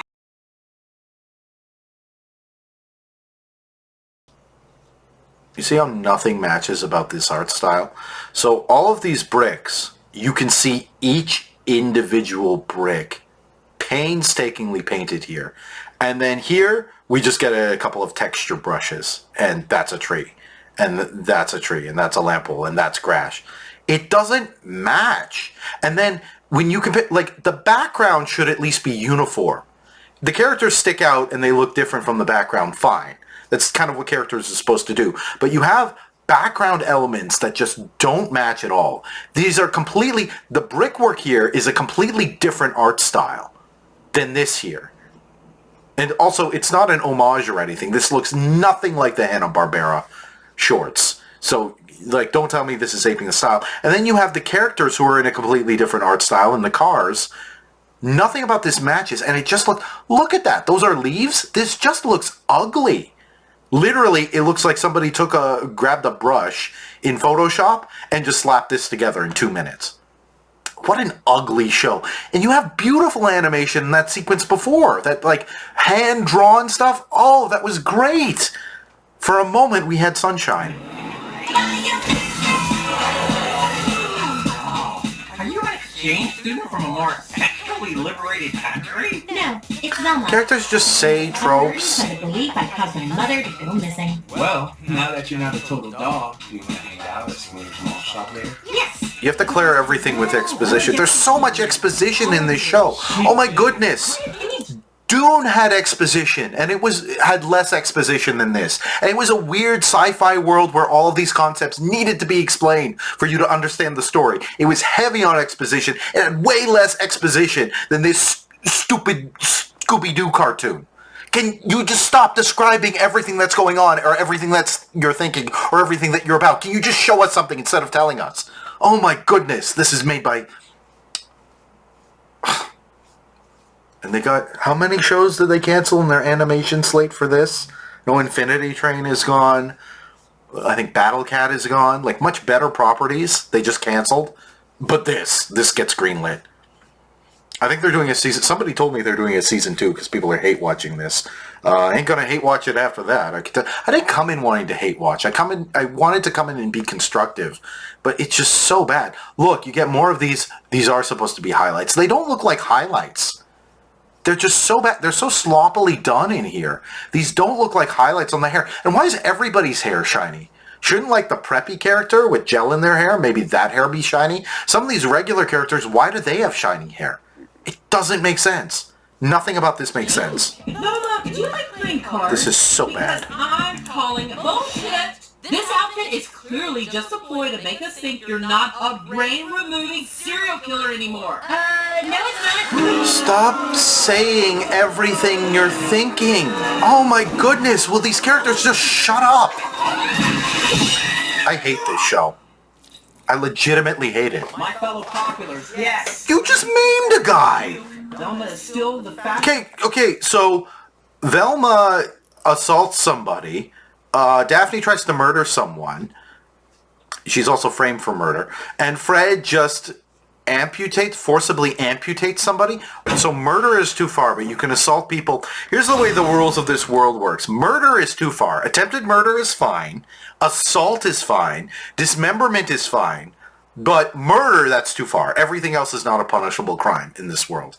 Okay, we get it. Didn't the original Scooby-Doo, wasn't it just like stealing stuff most of the time? Wasn't it like never murder? That was the thing. It was all just like stealing jewels and things like that. I think it was. Or I want the deed to this property, so I'm going to dress up like a monster and scare everybody away so the value will go down and then I'll buy it. You know, standard stuff. But here it's, no, people just maim each other left and right. Is it supposed to be funny? Because it's not funny. Okay, it's funny because they say, I've seen this joke before. Done better. I think South Park did this joke. Yeah, and this is the Family Guy, something's happening, going on too long. Whatever this is, can you just get to it? Class is starting. I have a whole speech. Even the show is too bored for its own jokes. Hilarious. We've been dating for a year and he still won't even take his pants off. A year?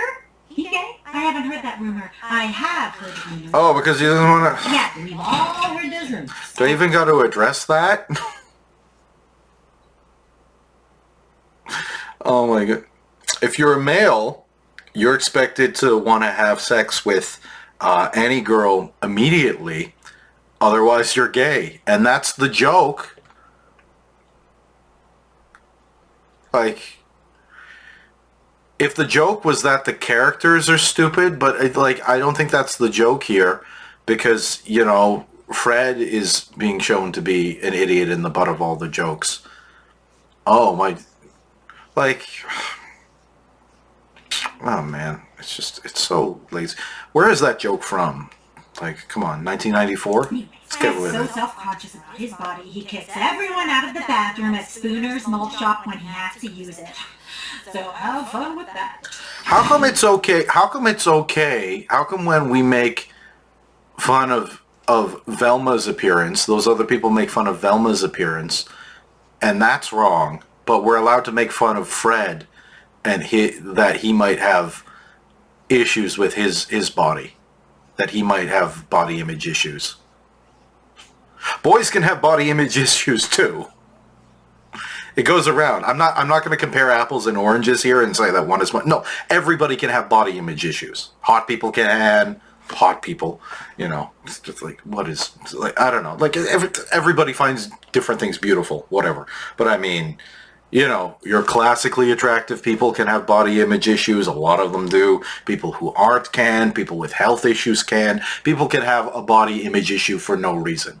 Like it's okay to make fun of one group of people but not the other. Like, again, we have backgrounds not matching here. It's helping. No time! I would rather just pick apart the lazy art than the lazy writing. It's less, I don't know. Again, brickwork, intricately detailed, and then we have, you know, you can see where the spots and things are going off in the brush strokes. Don't get me wrong. Using a simple brush to create a background, that can be an effective aesthetic. It absolutely can. But it completely crashes. Why can I see every single brick in this wall and in here? But these bushes, I can't see every single leaf. Like, why would you do that? If you're going to have this kind of aesthetic, why not just make the background simple? It'd be a lot less work. It would be more aesthetically congruous, you know?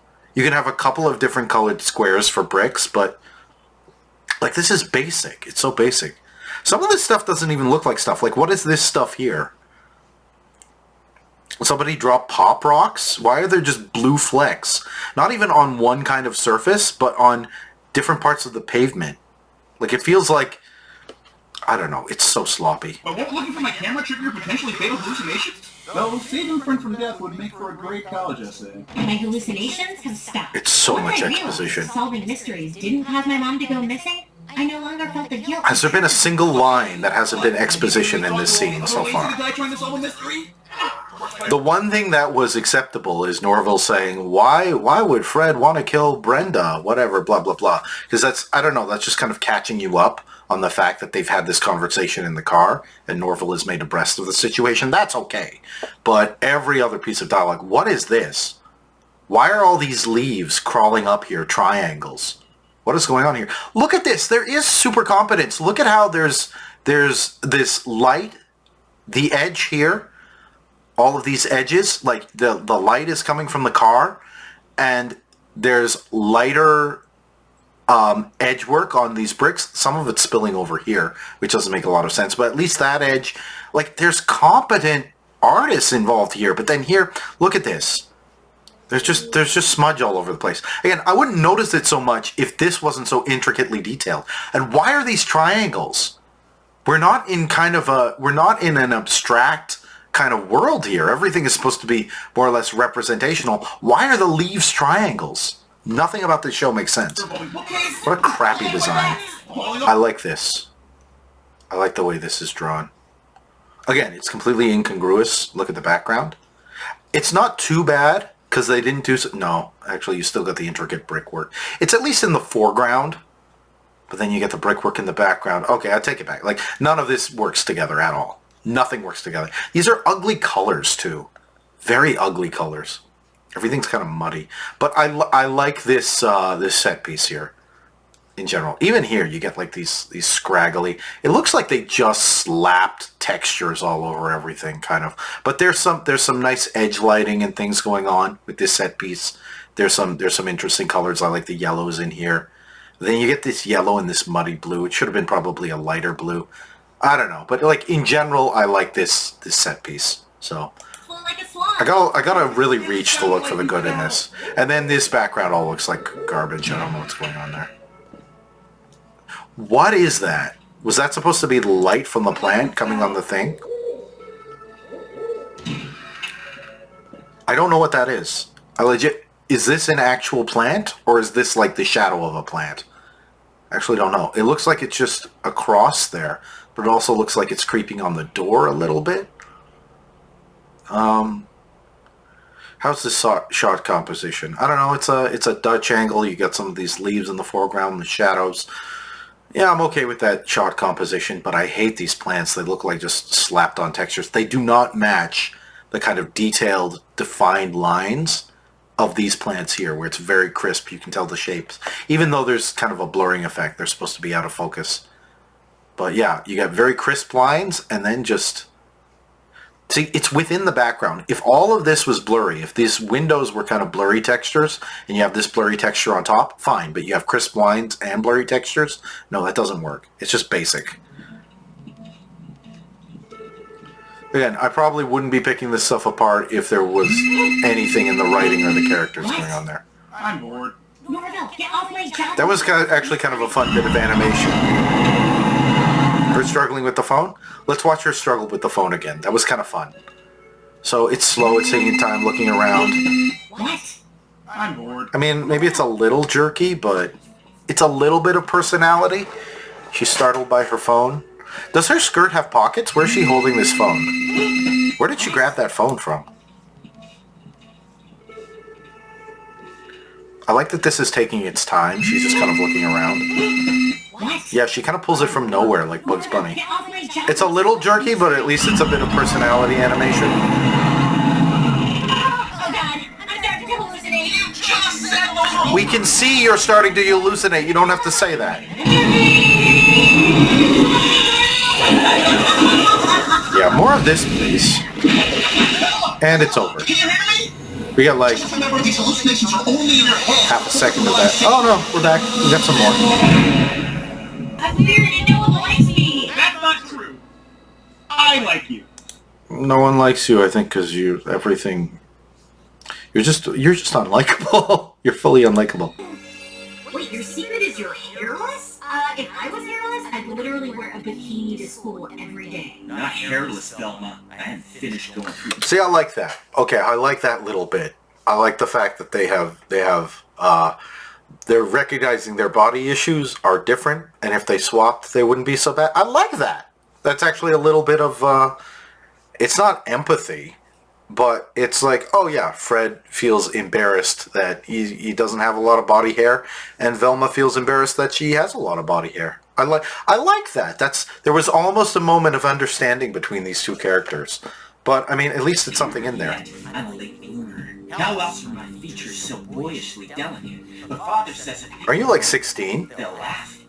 Never respect me as the man, unquestioned leader that I am. Like, I hate this trope. So we keep the secret hidden away. Be a man, be a man. Like, we've seen this before. Is Fred a murderer now, too? Oh, wait, what was he gonna do? He had, like, a book there. They assumed you were a package thief. Stop saying everything literally out loud. You're not terrible cops after all. So lazy. We're taking credit for the arrest. Oh my goodness, stop talking. Stop describing everything you're doing or going to do, or are thinking, or are feeling. You think I killed? Too much of a horse to kill someone. I lost, Fred. Stop saying what you are. Just be the thing you are. Man, if I found humor attractive, I would be all over you right now. Oh well. Can you have... Is there a line in this that's not exposition? Is there one line? Guilty for your mom's disappearance. It's still going on. I think Fred had one line. Wait, you think I killed... No, even that was exposition, because that was clarifying something. There is not a single line in this that I can recall. That's not exposition.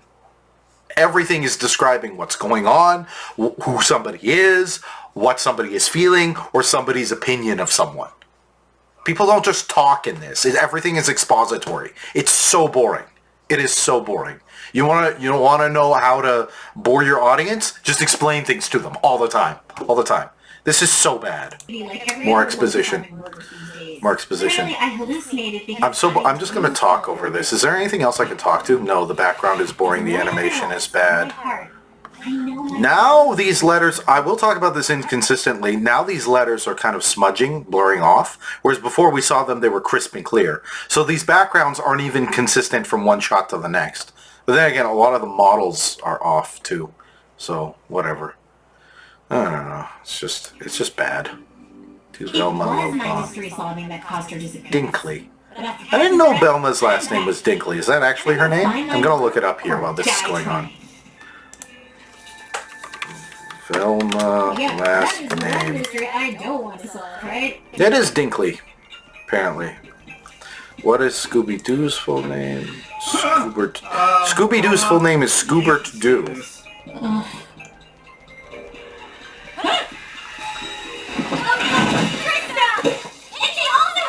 What's Shaggy's last name? I'm missing stuff on it. Shaggy, Scooby, Doo, last name. Let's look up Shaggy. Oh, his name actually is Norville. Okay, Norville Rogers is his real name. And they don't call this character Shaggy. Oh, we're at the end credits? Thank goodness. Again, we're just using texture brushes. We're just putting texture brushes over top. I kind of like this music. This music is okay. Damning it with faint praise. Anyway, so that was Velma. I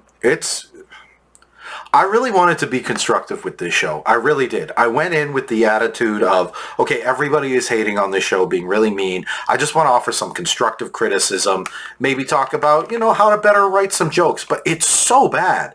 It is so incompetent in every... It's not even that it's incompetent, because there's real talent here. There's talented people here. They've got some mad chops, some real credits here. And of course, you got a wonderful voice cast who are given nothing to work with here.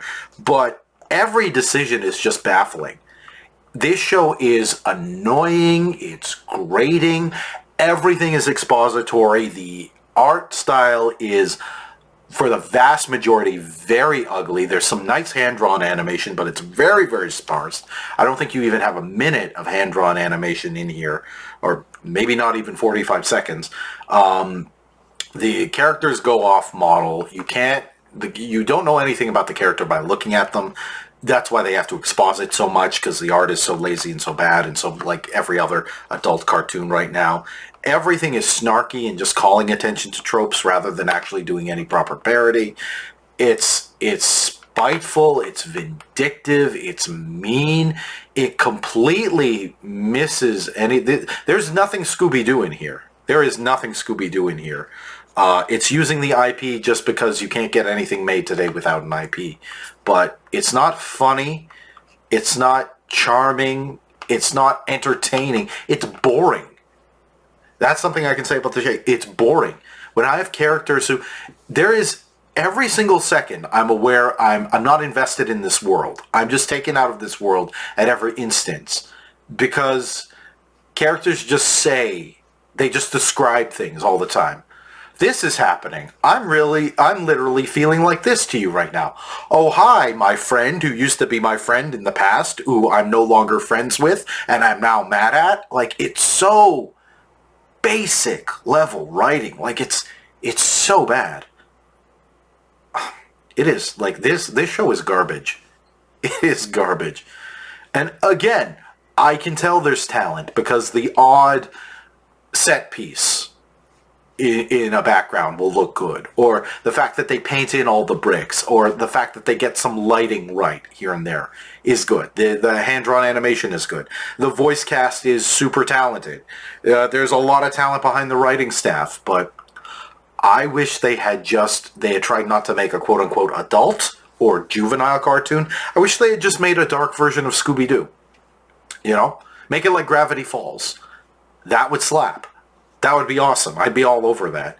And I'm not even the biggest fan of Scooby-Doo, but I did grow up watching it, and I did like it. I haven't seen an episode in years, but it was a very basic, simple formula that worked, but every character was yards more likable than any of these goons.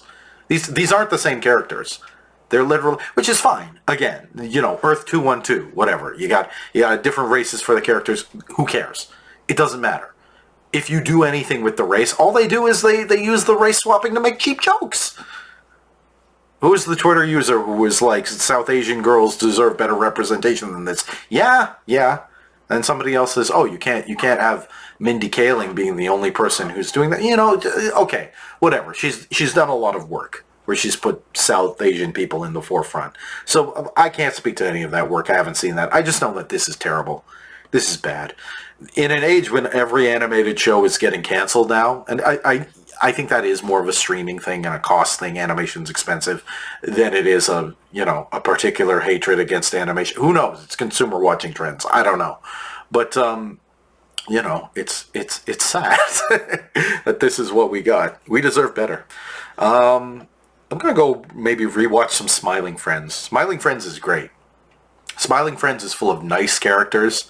Their whole goal every episode is to make someone smile. Yeah, there's some dark subversive stuff along the way. There's also beautiful animation in different styles.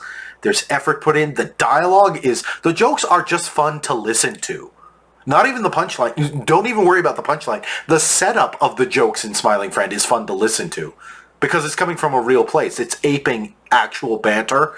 The voice actors have real chemistry together. That show is everything this show is not. It's really good. Watch Smiling Friends. Watch Smiling Friends. So that's my look at Velma. I really wanted to be constructive here. I really did. I wanted to be like, oh, let's look at a few things in Velma. It can't be as bad as everybody's saying, and like, let's just critique it a little bit. Let's just say, okay, joke didn't land. Let's just make it better. There's a lot of stuff I wasn't mentioning because the bad would happen so often that it would just kind of wash over me and be like, should I even bother talking about this? And like, it got to the point where I know what every character is saying. They're just saying exposition. This whole thing is exposition. So I would rather talk about crappy art backgrounds and a couple okay art backgrounds. But yeah, like nothing about this works. Nothing about this works. No wonder everybody hates. I didn't expect to end up hating this show. I'm really surprised, but I hate this show with a passion, like capital H. I hate this. I'm not watching any more of this crap. This is garbage. This is absolute garbage. And the thing that annoys me about it is, again, you have such talent here. If Mindy Kaling wanted to. If Charles whatever wanted to, what's his name? Charlie Grandy, if he wanted to, could have made a decent show. There's some muscle here to make a decent show out of Scooby-Doo. But that didn't happen here. It's so lazy. That's the thing that annoys me about it. It's lazy. It's so lazy. Because here's the thing, if you lampshade your joke, you don't have to worry about it being actually funny.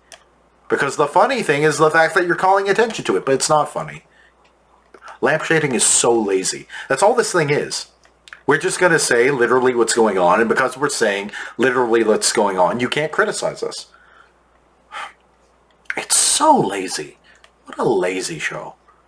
That's the thing that offends me the most about it, is what a waste it is. It's so lazy.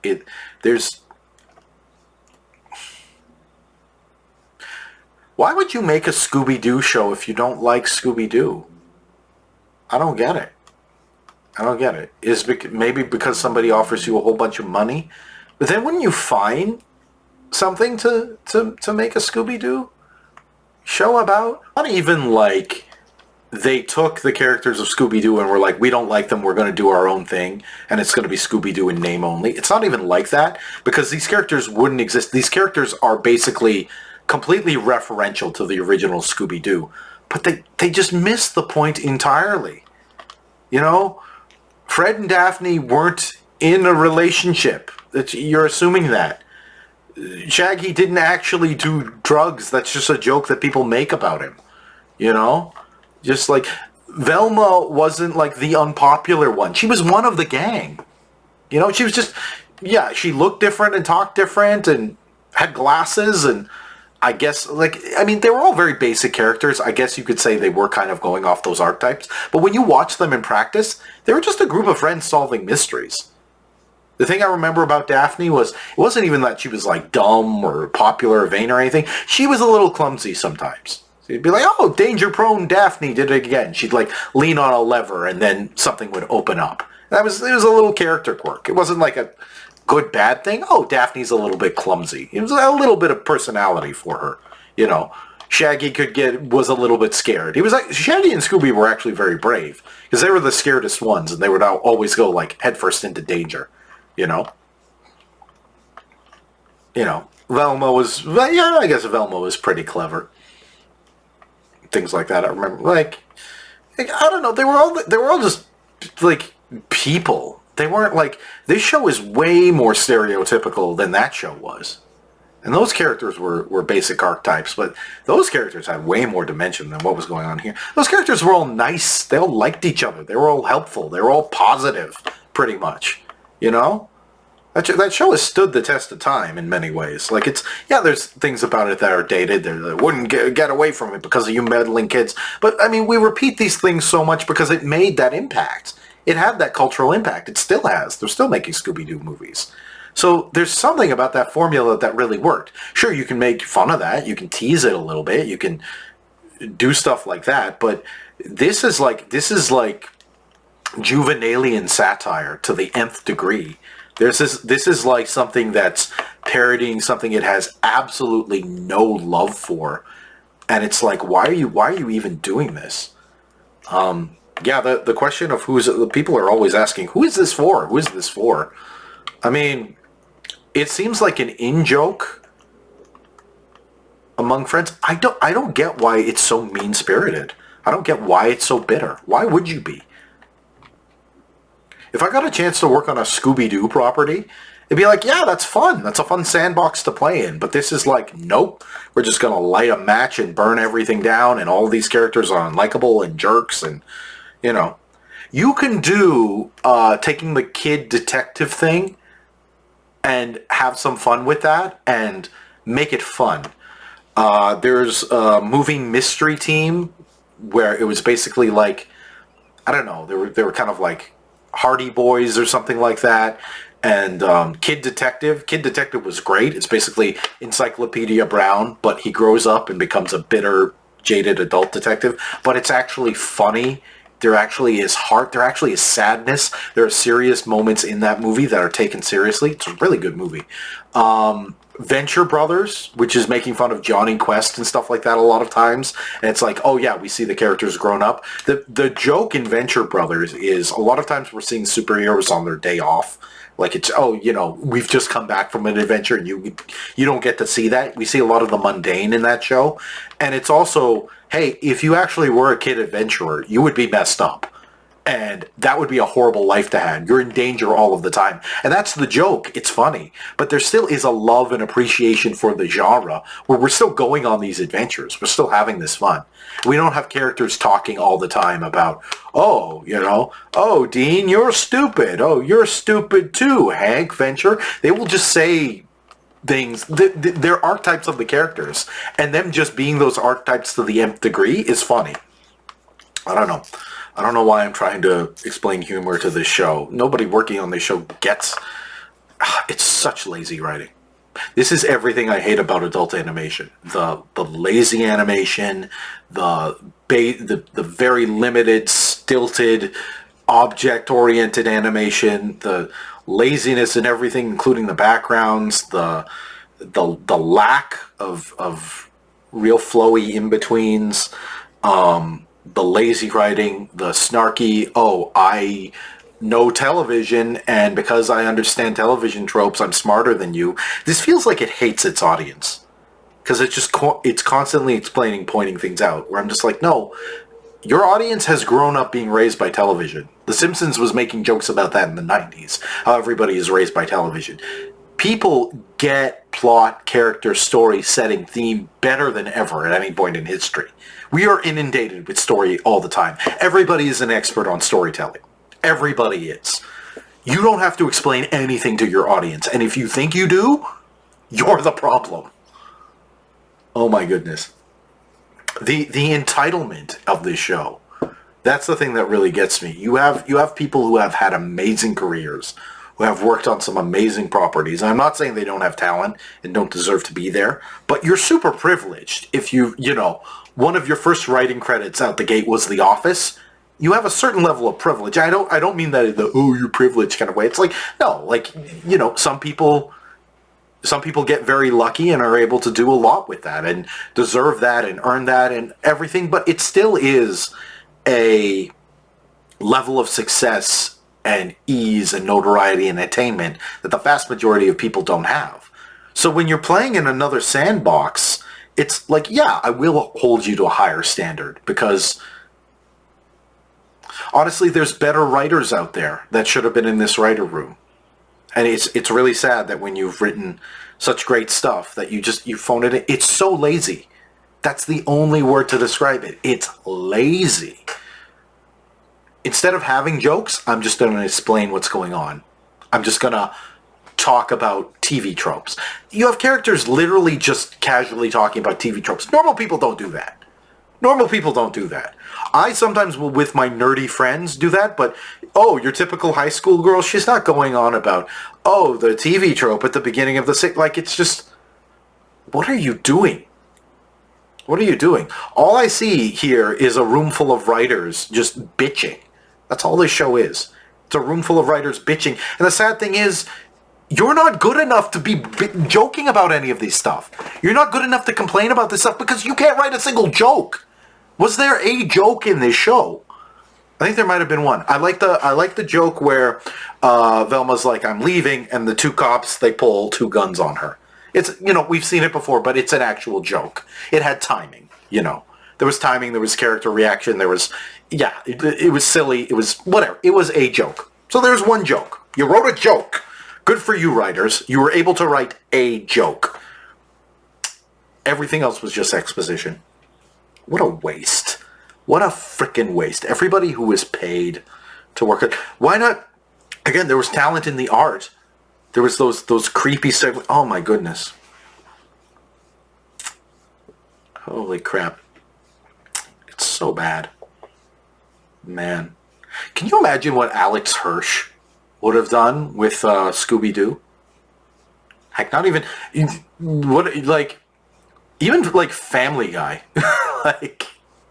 Imagine Seth MacFarlane does Scooby-Doo. Because here's the thing. Seth MacFarlane, very referential humor, right?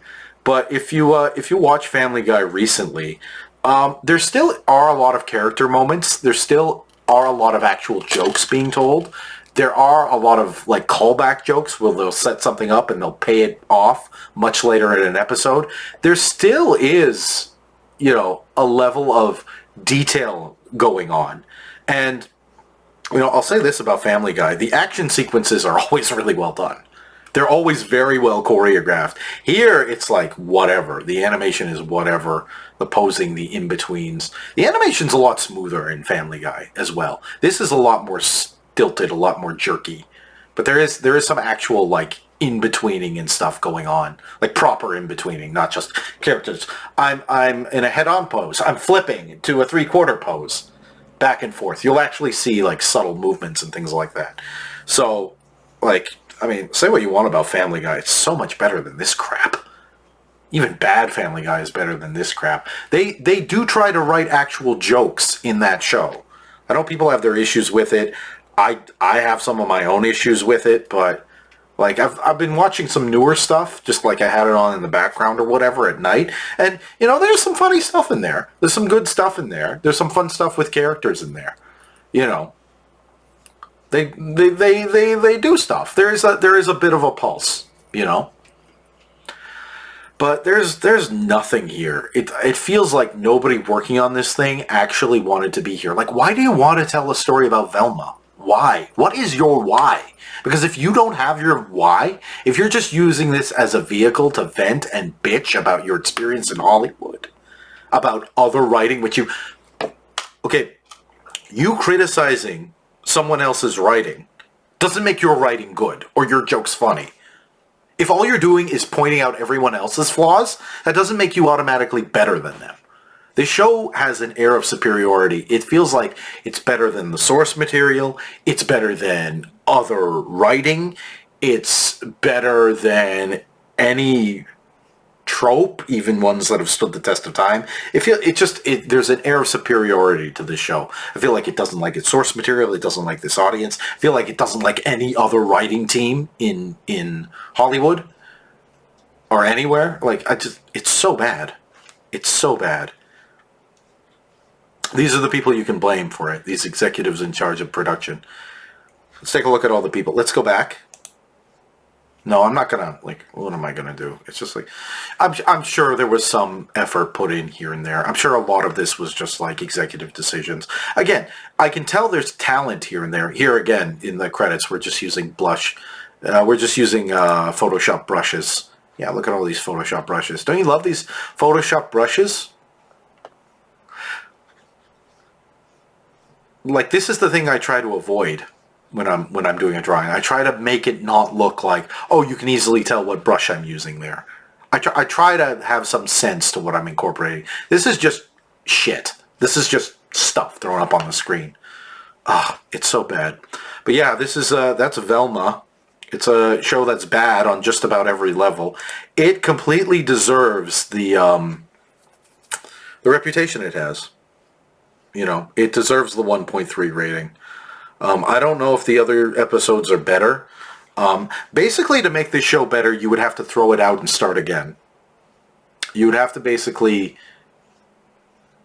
start from scratch, do everything again. You'd have to bring in different people. Some of the voice, again, there's a lot of talent here in terms of the voice performers, so I think you would keep them.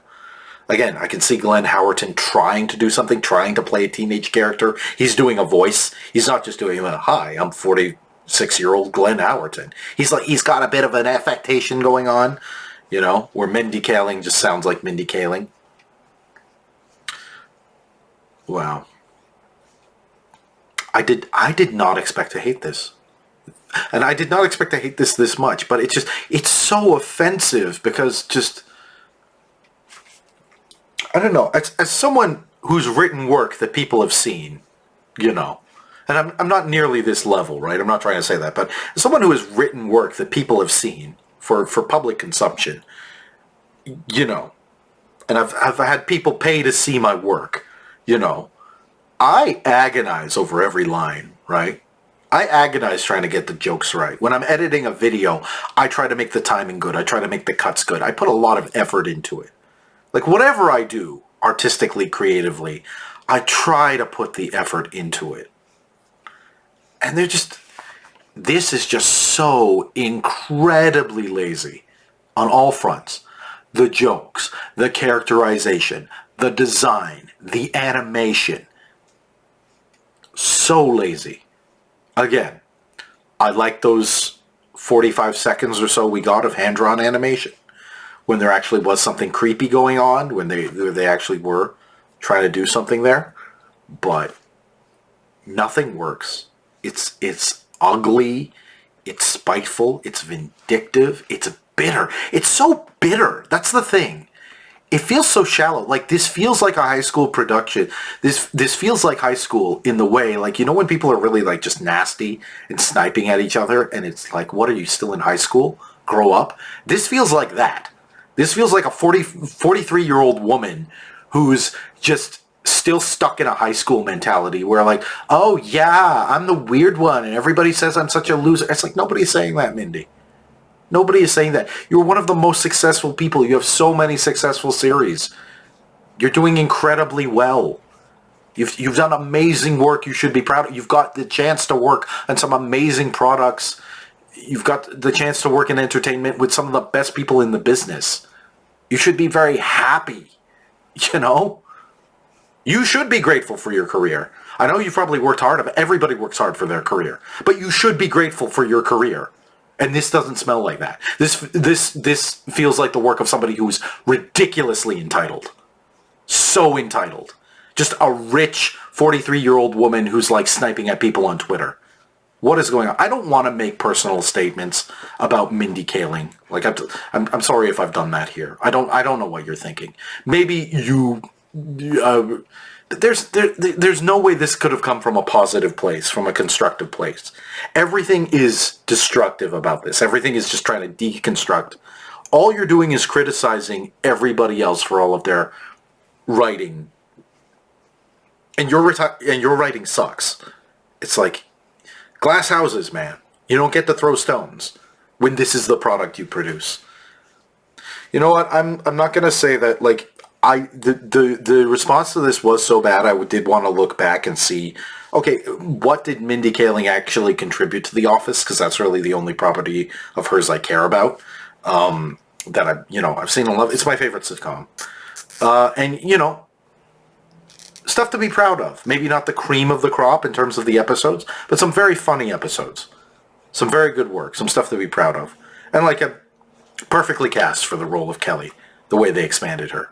That was, you know, just like perfectly done. Funny character.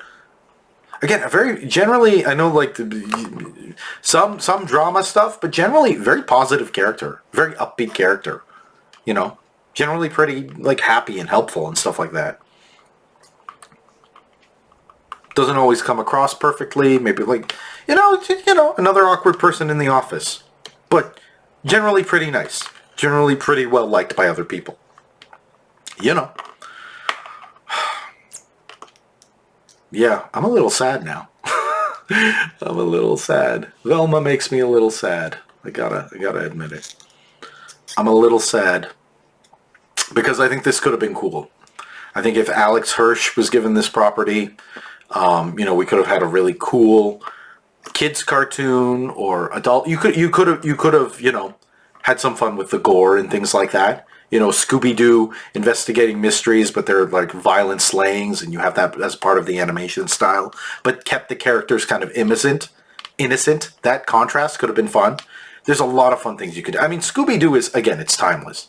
It will be reworked forever. I'm not worried about the legacy of Scooby-Doo. This is nothing to tarnish the legacy of Scooby-Doo. It's like Batman versus Superman. Yeah, it's a bad Batman and Superman property. These characters are timeless. You can't hurt it. Like, whatever. They're bad interpretations of the character. Who cares? It's going to survive beyond that, so I'm not offended in that level. But I am offended at the level of entitlement by these rich, smug assholes who think they're smarter than you, and they're so not. They're so not. They're so stupid. That's the thing. It's almost funny. Like, if these people weren't in... These people shouldn't be writing this show. That's the thing that offends me about it. There's more talented people who care more about what they're doing, who actually would have made this a good property. And that's the thing that annoys me about it. It's just the frickin' privilege and the entitlement of these smug assholes in their little bubble. Who are like, oh, everybody is like this. Like, for a show which is like, yeah, let's diversify the cast, and like, okay, good on you, sure. You reinterpret Scooby-Doo, like, it's fine. Go ahead. Do that. Again, property from the 60s, reinterpret it however you want, But reinterpret the characters as different races. It doesn't matter. But, it's so ironic that you're doing that, and at the same time, you are... Like, half of your humor is just stereotypes, or pointing out stereotypes, or being like, hey, laugh at this because it's funny. Literally, like, spicy meatball Italian. It's like, you're literally just... Isn't it funny how there's so many tropes that are racist in Hollywood? Well, because I've lampshaded it, I can, be racist. Like, what the heck? Man, what a bad show. It's just bad. It's bad. Like, on every level, it's bad. Every conceivable level. Okay. I'm done with this. I'm so done with this. So here's my constructive criticism. Fire everybody. Get a better staff. Fire everybody. Redo all the designs. Rethink your whole animation pipeline. Get a better aesthetic for the background. Like, redo everything. Fire the writing staff. First thing, fire every single person who wrote a single word in this thing. So, I don't know how writers' rooms work. Maybe there's some smart person in there who's like, maybe we shouldn't do that. Who keeps getting, their voice just isn't heard. Maybe keep them around. But I mean, get rid of your showrunner. Get rid of everybody. Just clean house.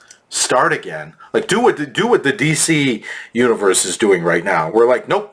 Clean slate, starting again. Do that. It doesn't really make sense in DC's. It seems like they're throwing out the baby with the bathwater. Like, why are you getting rid of, like, Jason Momoa and Gal Gadot and Henry Cavill and all these people who work? Why are you getting rid of the stuff that works? Just get rid of the stuff that, I don't know. It doesn't... I get it. You have a property. You want it. Even in that case, like, James Gunn wants to tell his own stories, make his own movies, have his own cast. I get that. You want to do it your way. Even though the other way was fine, you want to do it your way. So at least that has some rationale. But this, it's like, no, just start from scratch.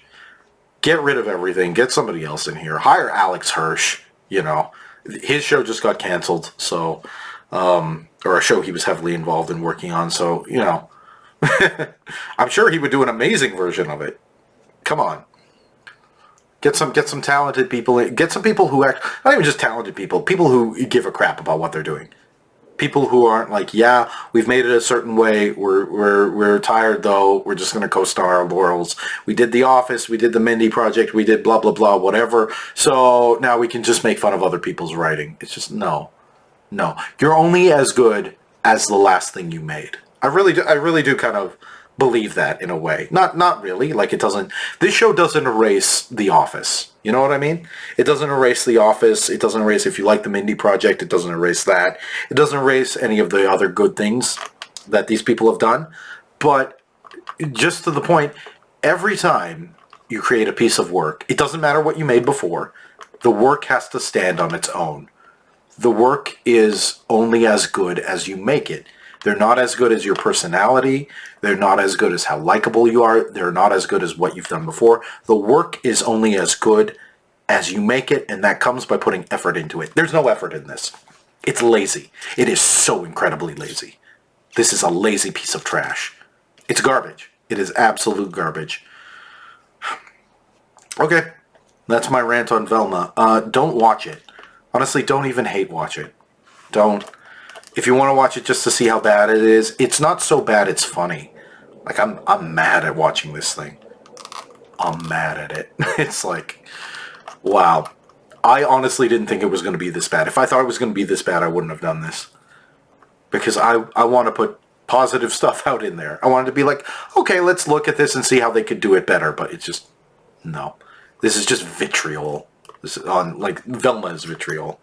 It's so garbage. But I'm not worried about it. You know, people will make good Scooby-Doo properties in the future. They'll make good mystery properties in the future. Hey, I got Glass Onion this year. Can I really complain? Oh, I got good mystery content. I'm okay. It's just, I don't know. It's such a waste. It's such a waste. Waste of talent. Waste of resources. You know, and it's a shame that this is, even though there's some stuff that got canceled that I don't really care about, like I didn't follow Inside Job, I stopped after an episode, those creators really cared. They really cared about those characters. Like, you can see they're goodbye messages and they're heartfelt. So it's sad when stuff like that gets canceled. Or like, you know, Batgirl got canceled. People really cared about what they were making there. There's a lot of people who did. So it's sad when stuff like that gets canceled, but we get Velma, you know? Anyway, that was my look at Velma. It's garbage. Don't watch it. Watch Smiling Friends. Read 12 Cent Archie. Watch Gravity Falls. I've been rewatching classic Simpsons. Even Family Guy. Even some modern Family Guy is better than this. I would say watch that over this. But don't watch Velma. I can't. It's probably yeah, I mean, everybody's seen it who's going to see it at this point. It's, you know. But it's like, it's not a fun kind of bad. It's a makes you angry kind of bad because of just the entitled kind of crap it is. This is such an entitled show. It's like if the characters on Succession made a cartoon show. That's what it feels like. If the characters, those entitled jerks who are wicked and despicable, if they made a cartoon show based on Scooby-Doo, it would be this. I don't want to see that, do you? Oh, man. Yeah. Okay, well, that's all from me. So all I can say is if you've stuck with me this long, I'm so sorry. I'm so sorry you had to go through Velma with me. Because it's bad. It's super bad. And I hate it. And unless they, you know, basically God sends a flood to wash away everything about this show and starts again, you know, I ain't gonna be there for more Velma. Velma deserved better than this. You know, South Asian women deserve better than this. Sentient human beings with a brain who can enjoy media deserve better than this. Good writers who would actually have done a good job and good animators would have done better on this. I don't blame the animators so much for the bad animation in this. I want to say it's the direction and the production. That's like animators work hard. You often don't have a lot of say in it. You got to just work on your shot. You're told what to do. This is what it is. You got to adapt to the style. Okay, I don't blame any of the grunts for this. I don't blame any of the people who are just, even the voice cast, mostly, they're just trying to do their job. Except for I don't know. Even Mindy's not really a voice actress, so she's probably, I'm just going to do my voice. Oh, whatever. You know, John Benjamin does that. She would have been a better Daphne. It's a miscasting of the character. You should have made just a good Velma show and just cast yourself as Daphne. That would have worked. That might have worked if you're trying to do that stereotypical character. But even then, Daphne wasn't that. Daphne wasn't a vain, vapid. She wasn't Veronica Lodge. She was Daphne. She was just kind of nice. She was helpful. She was there. She was a little bit clumsy. That's what Daphne was. She was one of the gang. She helped solve the mysteries. She wasn't too scared either. The scared ones were Shaggy and Scooby. They were kind of the comic relief. But, yeah. That's Velma. Don't watch it. Watch good stuff. Yeah, but if you stuck with it, yeah, I'll see you next time. Maybe next time I could actually do some constructive criticism. I would really like this to be more about constructive criticism than just how frustrated I was at watching this thing. I honestly didn't expect it. I did not expect to be that mad at this show, but it's a horrible show. It deserves its rating, if not lower. So, yeah, sayonara, Velma. I hope our paths never meet again, because you are crap. Okay, that's all from me. Bye.